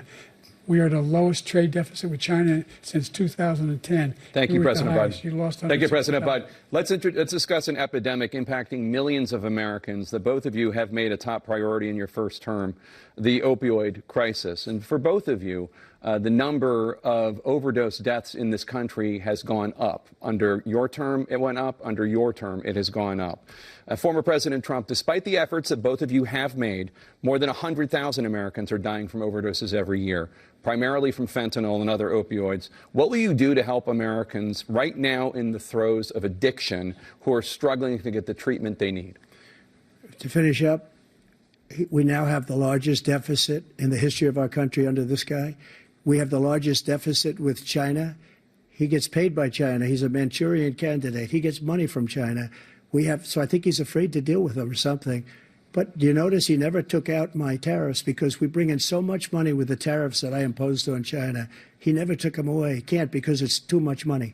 It's tremendous. And we saved our steel industries, and there was more to come, but he hasn't done that. But he hasn't cut the tariffs because he can't, because it's too much money. But he's got the largest deficit in the history of our country, and he's got the worst situation with China. China's going to own us if you keep allowing them to do what they're doing to us as a country. They are killing us as a country, Joe, and you can't let that happen. You're destroying our country. So, President Trump, you have 67 seconds left. The question was, what are you going to do to help Americans in the throes of addiction right now who are struggling to get the treatment they need? Jake, we were doing very well at addiction until the COVID came along. We had the 2.5, almost 3 years of like nobody's ever had before, any country, in every way. And then we had to get tough. And it was the drugs pouring across the border it started to increase. We got great equipment. We bought the certain dog. That's the most incredible thing that you've ever seen, the way they can spot it. We did a lot, and we were getting very low numbers, very, very low numbers. Then he came along. The numbers, have you seen the numbers now? It's not only the 18 million people that I believe is even low, because the gotaways, they don't even talk about gotaways. But the numbers of the amount of drugs and human trafficking in women coming across our border, the worst thing I've ever seen, at numbers that nobody's ever seen under him because the border's so bad. But the number of drugs coming across our border now is the largest we've ever had by far. President Trump, thank you. President Biden? Fentanyl and the byproducts of fentanyl went down for a while. And I wanted to make sure we use the machinery that can detect fentanyl, these big machines that roll over everything that comes across the border. And it costs a lot of money. That was part of this deal we put together, this bipartisan deal. More fentanyl machines, more be able to detect drugs, more numbers of agents, more numbers of all the people at the border. And when we had that deal done, he called his Republican colleagues, said, "Don't do it. It's going to hurt me politically." No, he never argued it's not a good bill. It's a really good bill. We need those machines. We need those machines. And we're coming down very hard in every country in Asia in terms of precursors for fentanyl. And Mexico is working with us to make sure they don't have the technology to be able to put it together. That's what we have to do. We need those machines. Thank you, President Biden. President Trump, and again, the question is about Americans in the throes of addiction right now struggling to get the treatment they need. Well, this does pertain to it. He ended Remain in Mexico. He ended catch and release. I made it catch and release in Mexico, not catch and release here. We had so many things that we had done, hard negotiations with Mexico, and I got it all for nothing. It's just like when you have a hostage. We always pay $6 billion for a hostage. Every time we say it's a hostage. Now we have a hostage, a Wall Street Journal reporter, I think a good guy, and he's over there because Putin is laughing at this guy, probably asking for billions of dollars for the reporter. I will have him out very quickly, as soon as I take office. Before I take office, I said by literally as soon as I win the election, I will have that reporter out. He should have had him out a long time ago, but Putin's probably asking for billions and billions of dollars because this guy pays it every time. We had 2 cases where we paid $6 billion for 5 people. I got 58 people out, and I paid essentially nothing. Thank you, President Trump. Dana? Let's turn to concerns that voters have about each of you. President Biden, you would be 86 at the end of your second term. How do you address concerns about your capability to handle the toughest job in the world well into your 80s? Well, first of all, I spent half my career being criticized being the youngest person in politics. I was the second youngest person ever elected to the United States Senate, and now I'm the oldest. This guy's 3 years younger and a lot less competent. I think that just look at the record. Look at what I've done. Look how I've turned around the horrible situation he left me. As I said, 15 million new jobs, 800,000 manufacturing jobs, more investment in America, over billions of dollars in private investment in enterprises that we are growing. By the way, we brought off a lot of people. The whole idea of computer chips, we used to have 40% of the market. We invented those chips, and we lost it because he was sending people to find the cheapest jobs overseas and to bring home a product. So I went to South Korea. I convinced Samsung to invest billions of dollars here in the United States. And guess what? Those fabs, they call to build these chips, those fabs pay over $100,000. You don't need a college degree for them. And there's billions, about $40 billion already being invested and being built right now in the United States, creating significant jobs for Americans from all over the world. President Biden, you have 40 seconds left. Would you like to add anything? Yeah, I would. The idea that somehow we are this failing country. I never heard a president talk like this before. We're the envy of the world. Name me a single major country president who wouldn't trade places with the United States of America for all our problems and all our opportunities. We're the most progressive country in the world in getting things done. We're the strongest country in the world. We're a country in the world who keeps our word, and everybody trusts us, all of our allies, and those who he cuddles up to, from Kim Jong-un, who he sends love letters to, and Putin, etc. They don't want to screw around with us. Thank you. Former President Trump, to follow up, you would be 82 at the end of your second term. What do you say to voters who have concerns about your capabilities to serve? Well, I took 2 tests, cognitive tests. I aced them, both of them, as you know. We made it public. He took none. I'd like to see him take one, just one, a real easy one. Like go through the first 5 questions. He couldn't do it. But I took 2 cognitive tests. I took physical exams every year. And, you know, we knock on wood wherever we may have wood, that I'm in very good health. I just won 2 club championships, not even senior, 2 regular club championships. To do that, you have to be quite smart, and you have to be able to hit the ball a long way. And I do it. He doesn't do it. He can't hit a ball 50 yards. He challenged me to a golf match. He can't hit a ball 50 yards. I think I'm in very good shape. I feel that I'm as in good a shape as I was 25, 30 years ago. Actually, I'm probably a little bit lighter, but I'm in as good a shape as I was years ago. I feel very good. I feel the same. But I was willing to take a cognitive test. And you know what? If I didn't do well, I aced them. Dr. Ronnie Jackson, who's a great guy when he was White House doctor. And then I took another one, a similar one. And one of them said they've never seen anybody ace him. Thank you. President Biden? You can see he is 6'5" and only 223 pounds, or 235 pounds. Well, you said 6'4", 200. Well, anyway, that's what anyway, just take a look at what he says he is and take a look at what he is. Look, I'd be happy to have a driving contest with him. I got my handicap, which when I was vice president, down to a 6. But by the way, I told you before, I'm happy to play golf if you carry your own bag. Think you can do it? That's the biggest lie. That he's a 6 handicap of all. I was an 8 handicap. Yeah. 8. Never. But I had, you know how many? I've seen you swing. I know you swing.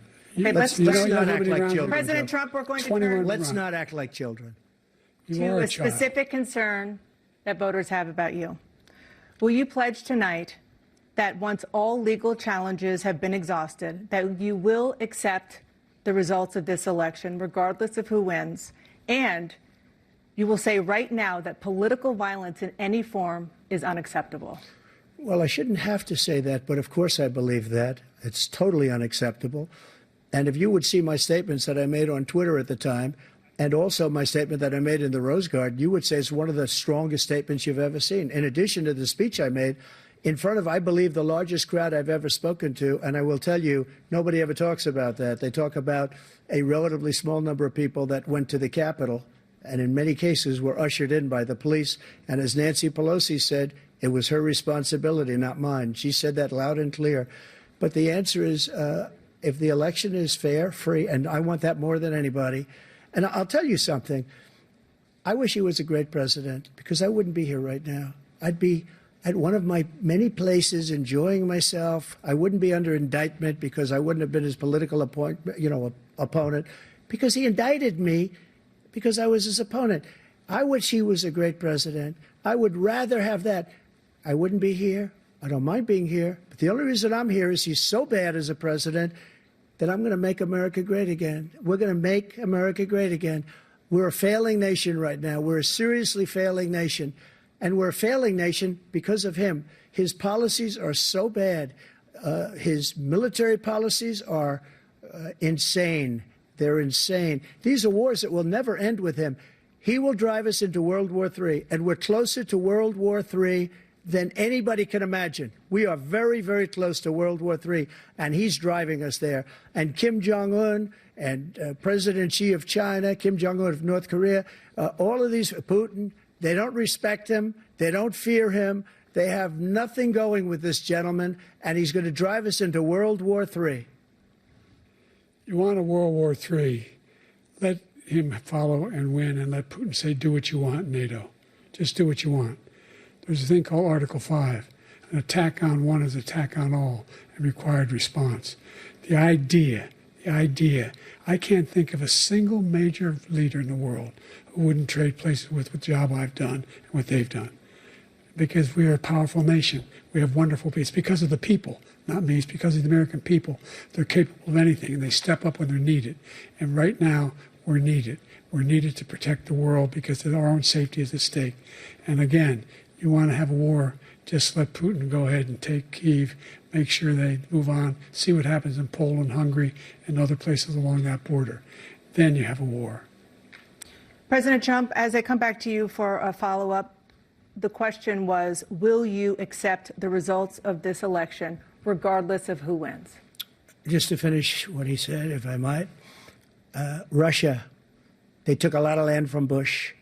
They took a lot of land from Obama and Biden. They took no land, nothing from Trump, nothing. He knew not to do it. He's not going to play games with me. He knew that. I got along with him very well, but he knew not to play games. He took nothing from me. But now he's going to take the whole thing from this man right here. That's a war that should have never started. It would have never started ever with me. And he's going to take Ukraine. And, you know, you asked me a question before, would you do this? He's got us in such a bad position right now with Ukraine and Russia because Ukraine's not winning that war. He said, I will never settle until such time. They're running out of people. They're running out of soldiers. They've lost so many people. It's so sad. They've lost so many people, and they've lost those gorgeous cities with the golden domes that are 1,000 years old, all because of him and stupid decisions. Russia would have never attacked if I were president. Trump, the question was, will you accept the results of the election, regardless of who wins? Yes or no, please. If it's a fair and legal and good election, absolutely. I would have much rather accepted these. But the fraud and everything else was ridiculous. And if you want, we'll have a news conference on it in a week, or we'll have another one of these in a week. But I will absolutely, there's nothing I'd rather do. It would be much easier for me to do that than I'm running again. I wasn't really going to run until I saw the horrible job he did. He's destroying our country. I would be very happy to be someplace else, in a nice location someplace. And again, no indictments, no political opponent stuff, because it's the only way he thinks he can win. But unfortunately, it's driven up my numbers and driven them up to a very high level because the people understand it. Well, let's see what your numbers are when this election is over. Let's see. You're a whiner. When you lost the first time, you continued, you appealed and appealed to courts all across the country.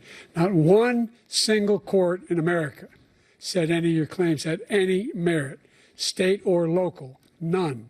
But you continue to provoke this lie about somehow there's all this misrepresentation, all this stealing. There is no evidence of that at all. And I tell you what, I doubt whether you'll accept it because you're such a whiner.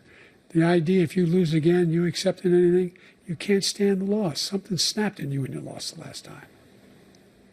We'll be right back with more from the CNN presidential debate, live from Georgia.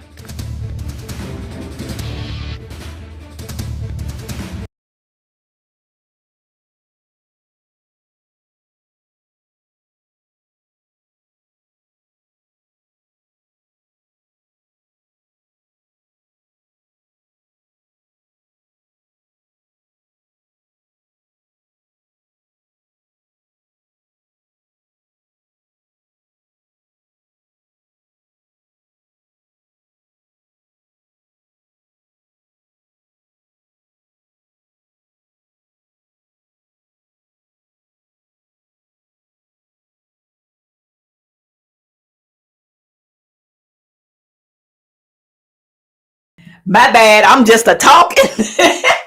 I'm just a talking, you guys. I was saying, put in the chat, who do you think has won this debate, or who do you think is winning this debate?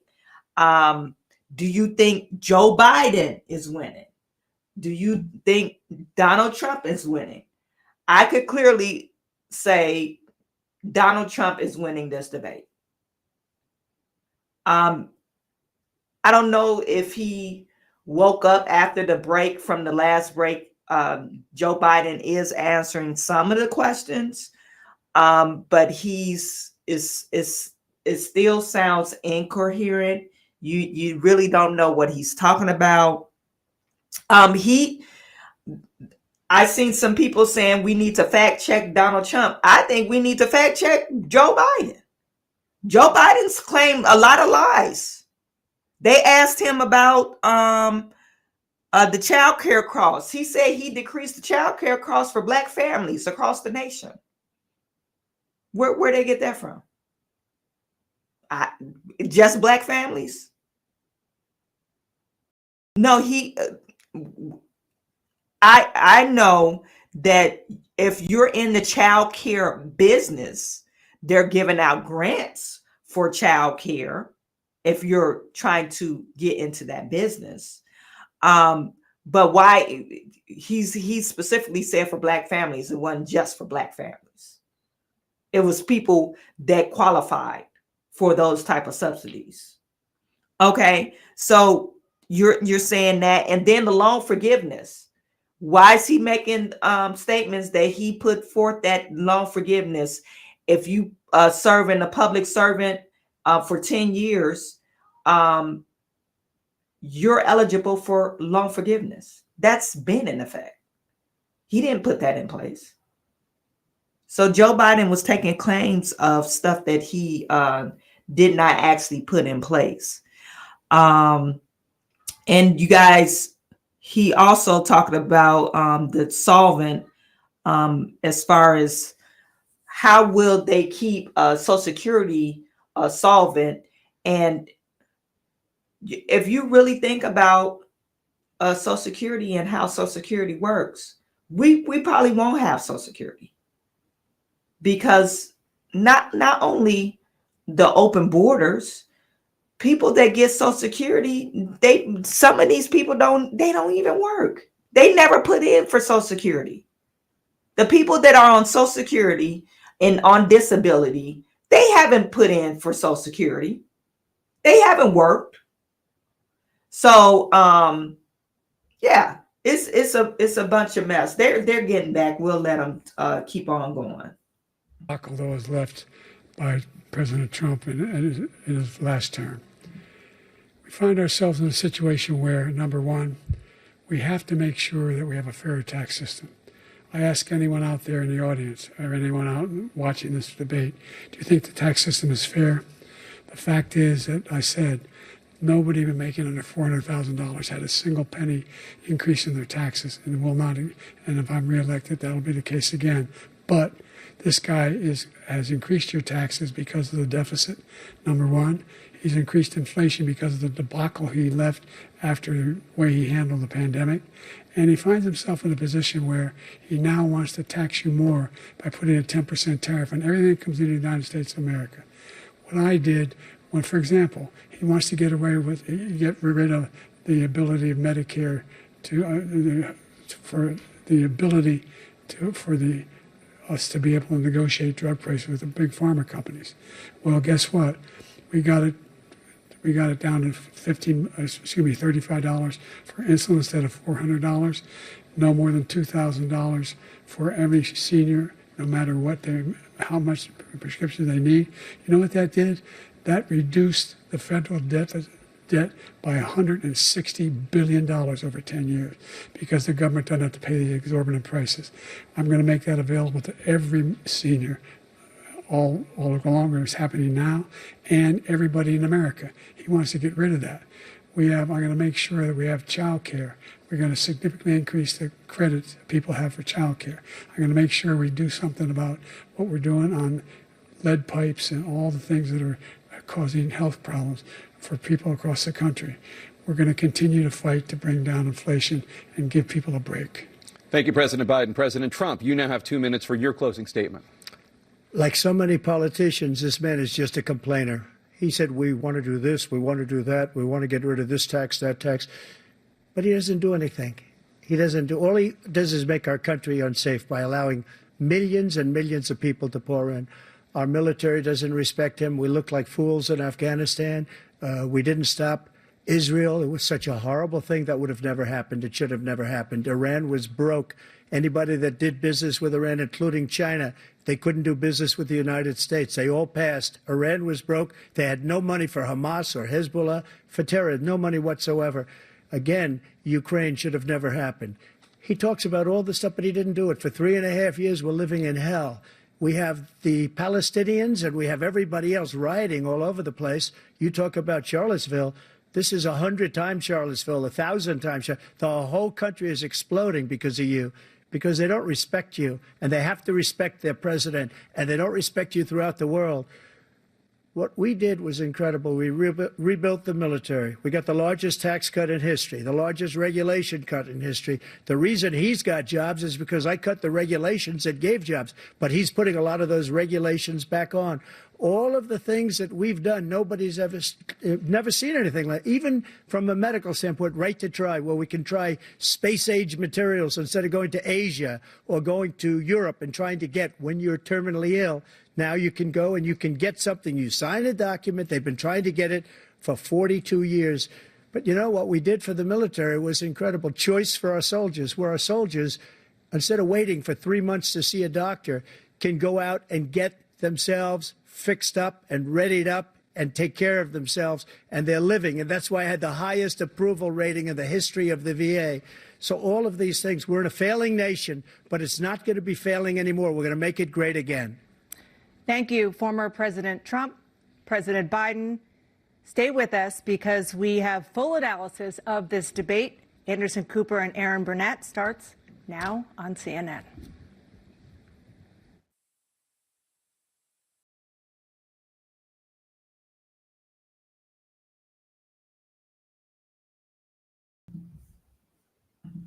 Well, that was the end of debate. One thing, they didn't ask any questions about the school system.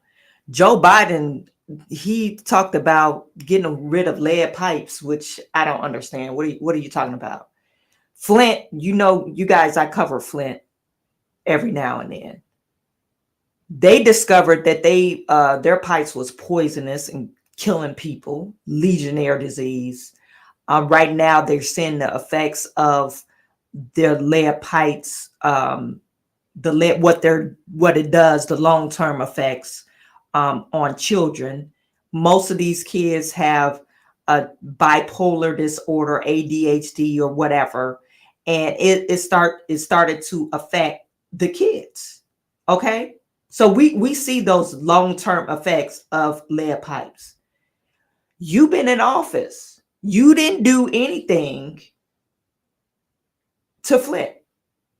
Remember the train that turned over and released all that poisonous gas in Ohio? Joe Biden was the president then, and he didn't go. He didn't go see those people. Has he ever visited the border? I don't think he has. If he has, probably once. Remember AOC, she was there fake crying. She showed up to a desert, a dusty ass desert in all white, which is wild to me. Why would you wear all white to the border and fake crying? This is what Democrats do. But they didn't talk anything about the education system. I think that's really on top of people's mind. You're talking about, especially with black families or minorities, period. We want our kids to be educated. They didn't cover that. Then they talked about the world stage and all that crap. And of course, we're affected by what deals are made across in other countries.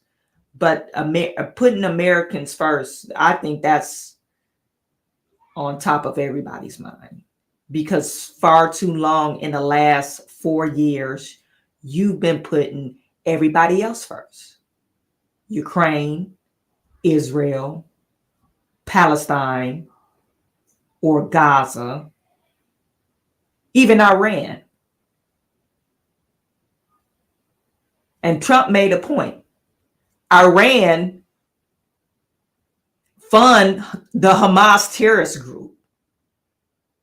That $6 billion that Donald Trump held up, Joe Biden decided to release that funding. And everybody's saying, oh, it's stipulations on this $6 billion. He specifically said for humanitarian efforts. Okay, so he gets $6 billion for whatever. It's all going to one pot. So he has an extra $6 billion.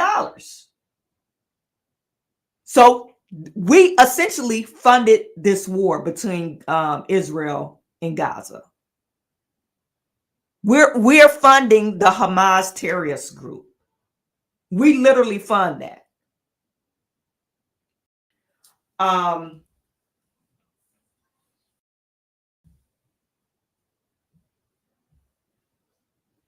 Let me get to some of your chats because I know you guys are in here.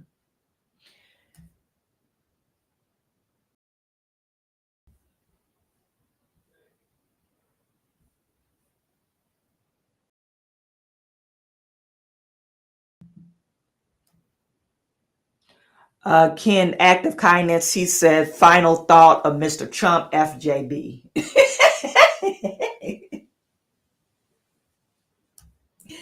FJB. Let me go over here a little bit. Lucky Ducky, besmirch each other and inflate their own ego. I don't know what besmirch is, but okay. Miss Mocha said, Q fit, I don't love any political party. I love my country and my people. All right, Miss Mocha, me too.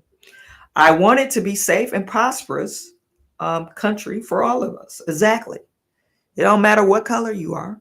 Red, white, green, blue.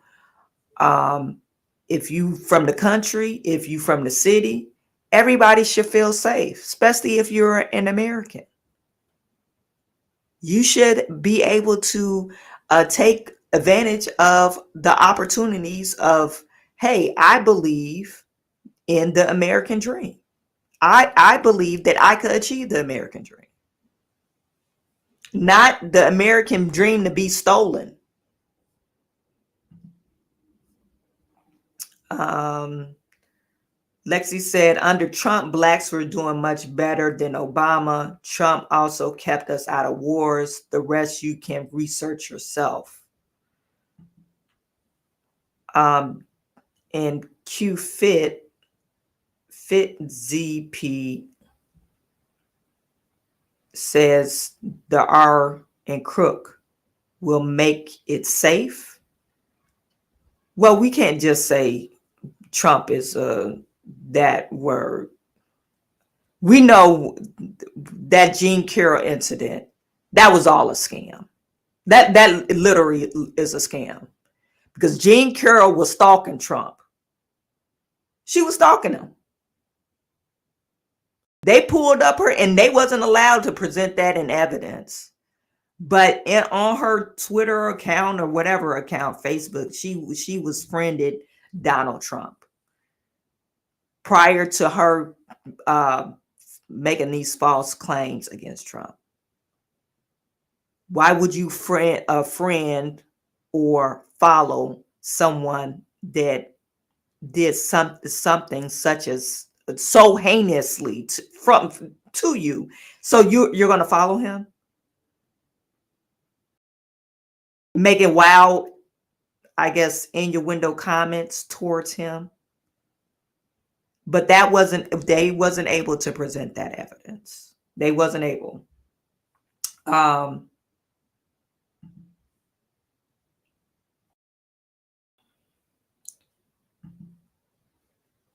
Ms. Mocha said, my values align with conservatives and their policies are better for my family and for America. That's what I align with. I mean, you can't say, hey, I want to raise a family and align with Democrat policies.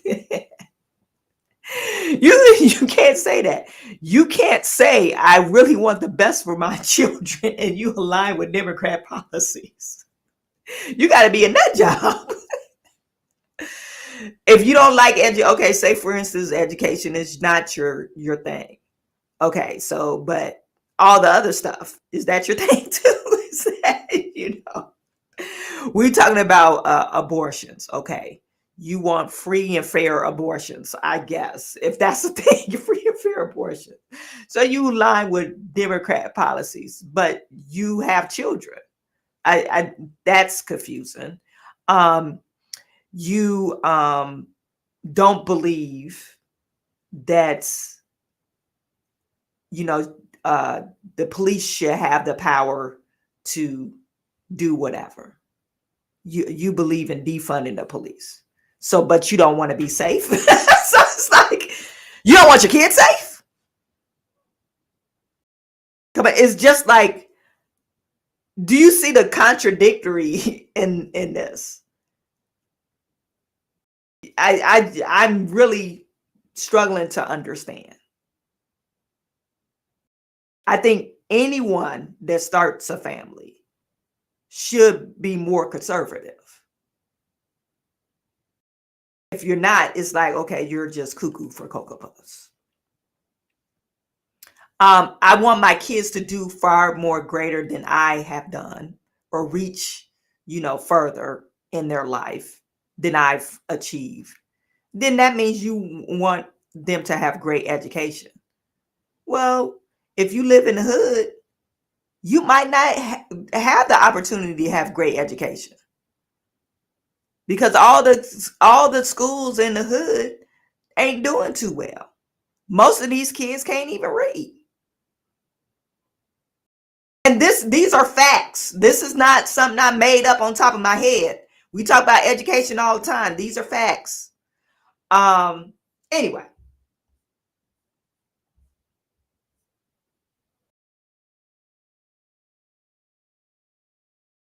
Anyway, you guys, that I just wanted to tune the what is it called? The presidential debate. I think it's important. I know Donald Trump, he had a few primaries. One I saw in, I think it was Colorado or somewhere like that. Somebody's still voting for Nikki Haley. Nikki Haley was still on the ballot. Nikki Haley, she ended up getting 13% in that state. But, of course, he won it. But you guys seen not Joe Biden, but Jamal Bowman, he got pushed out by another Democrat candidate. AOC, she's in there.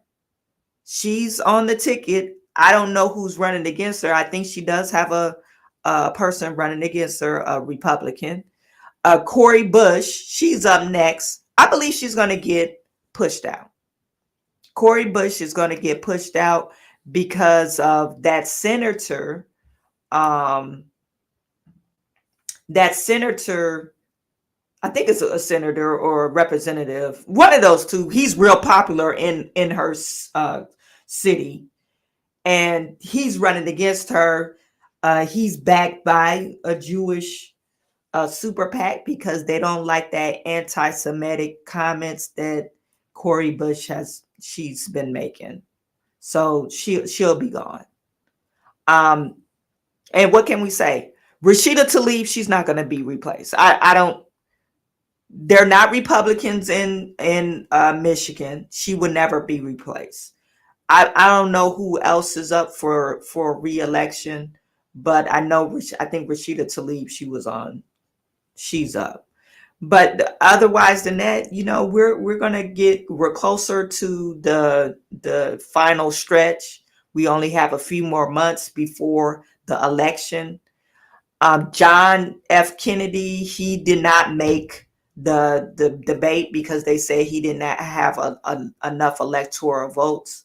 But I think he's going to take some of the votes from Biden, and he might take some votes from Trump. But he's kind of out there, so I'm not for sure. I don't know what play, but I know Democrats are kind of mad at him. He's still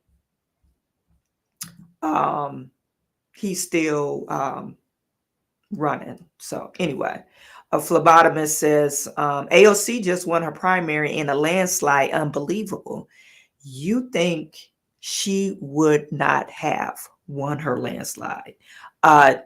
Apparently, the person that was running against her, they must don't like or didn't know. Because AOC is not even popular. They hate her.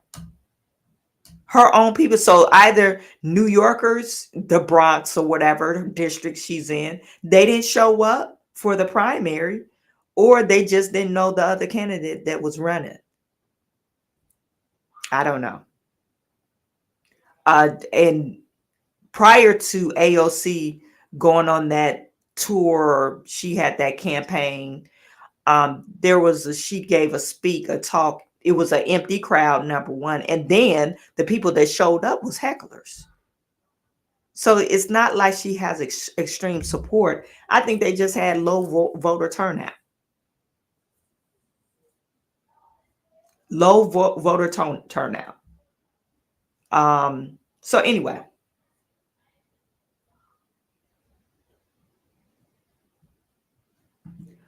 Ms. Smoker says Chawanne isn't a real house rep. She wants to be a famous social media star.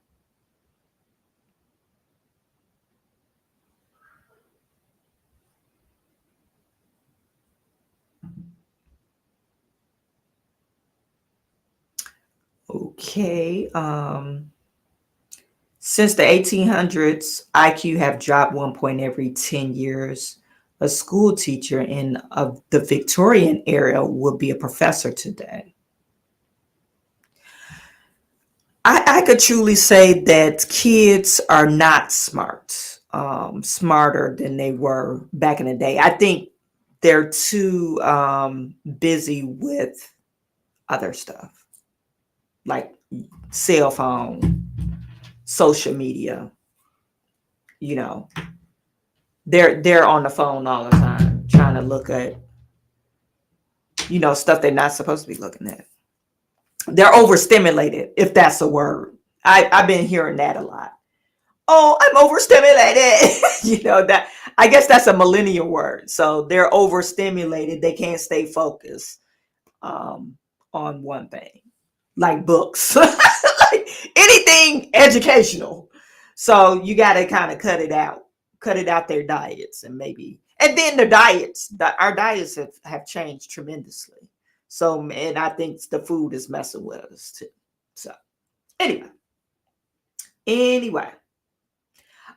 guys, I really appreciate you for tuning in. I want to give a shout out to Lamar. Thank you for the $20 super chat.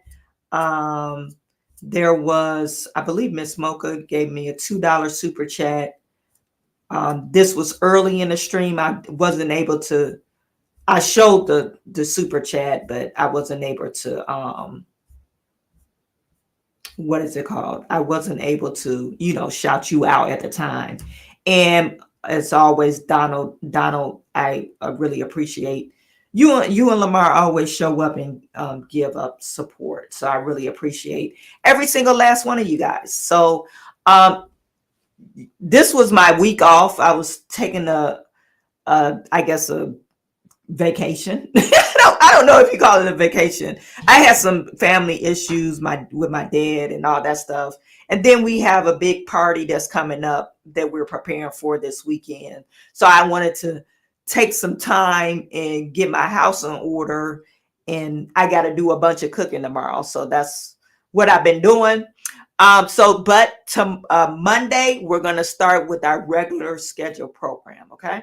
So you guys enjoy your weekend, and I am sending all my good to you. I will talk to you soon.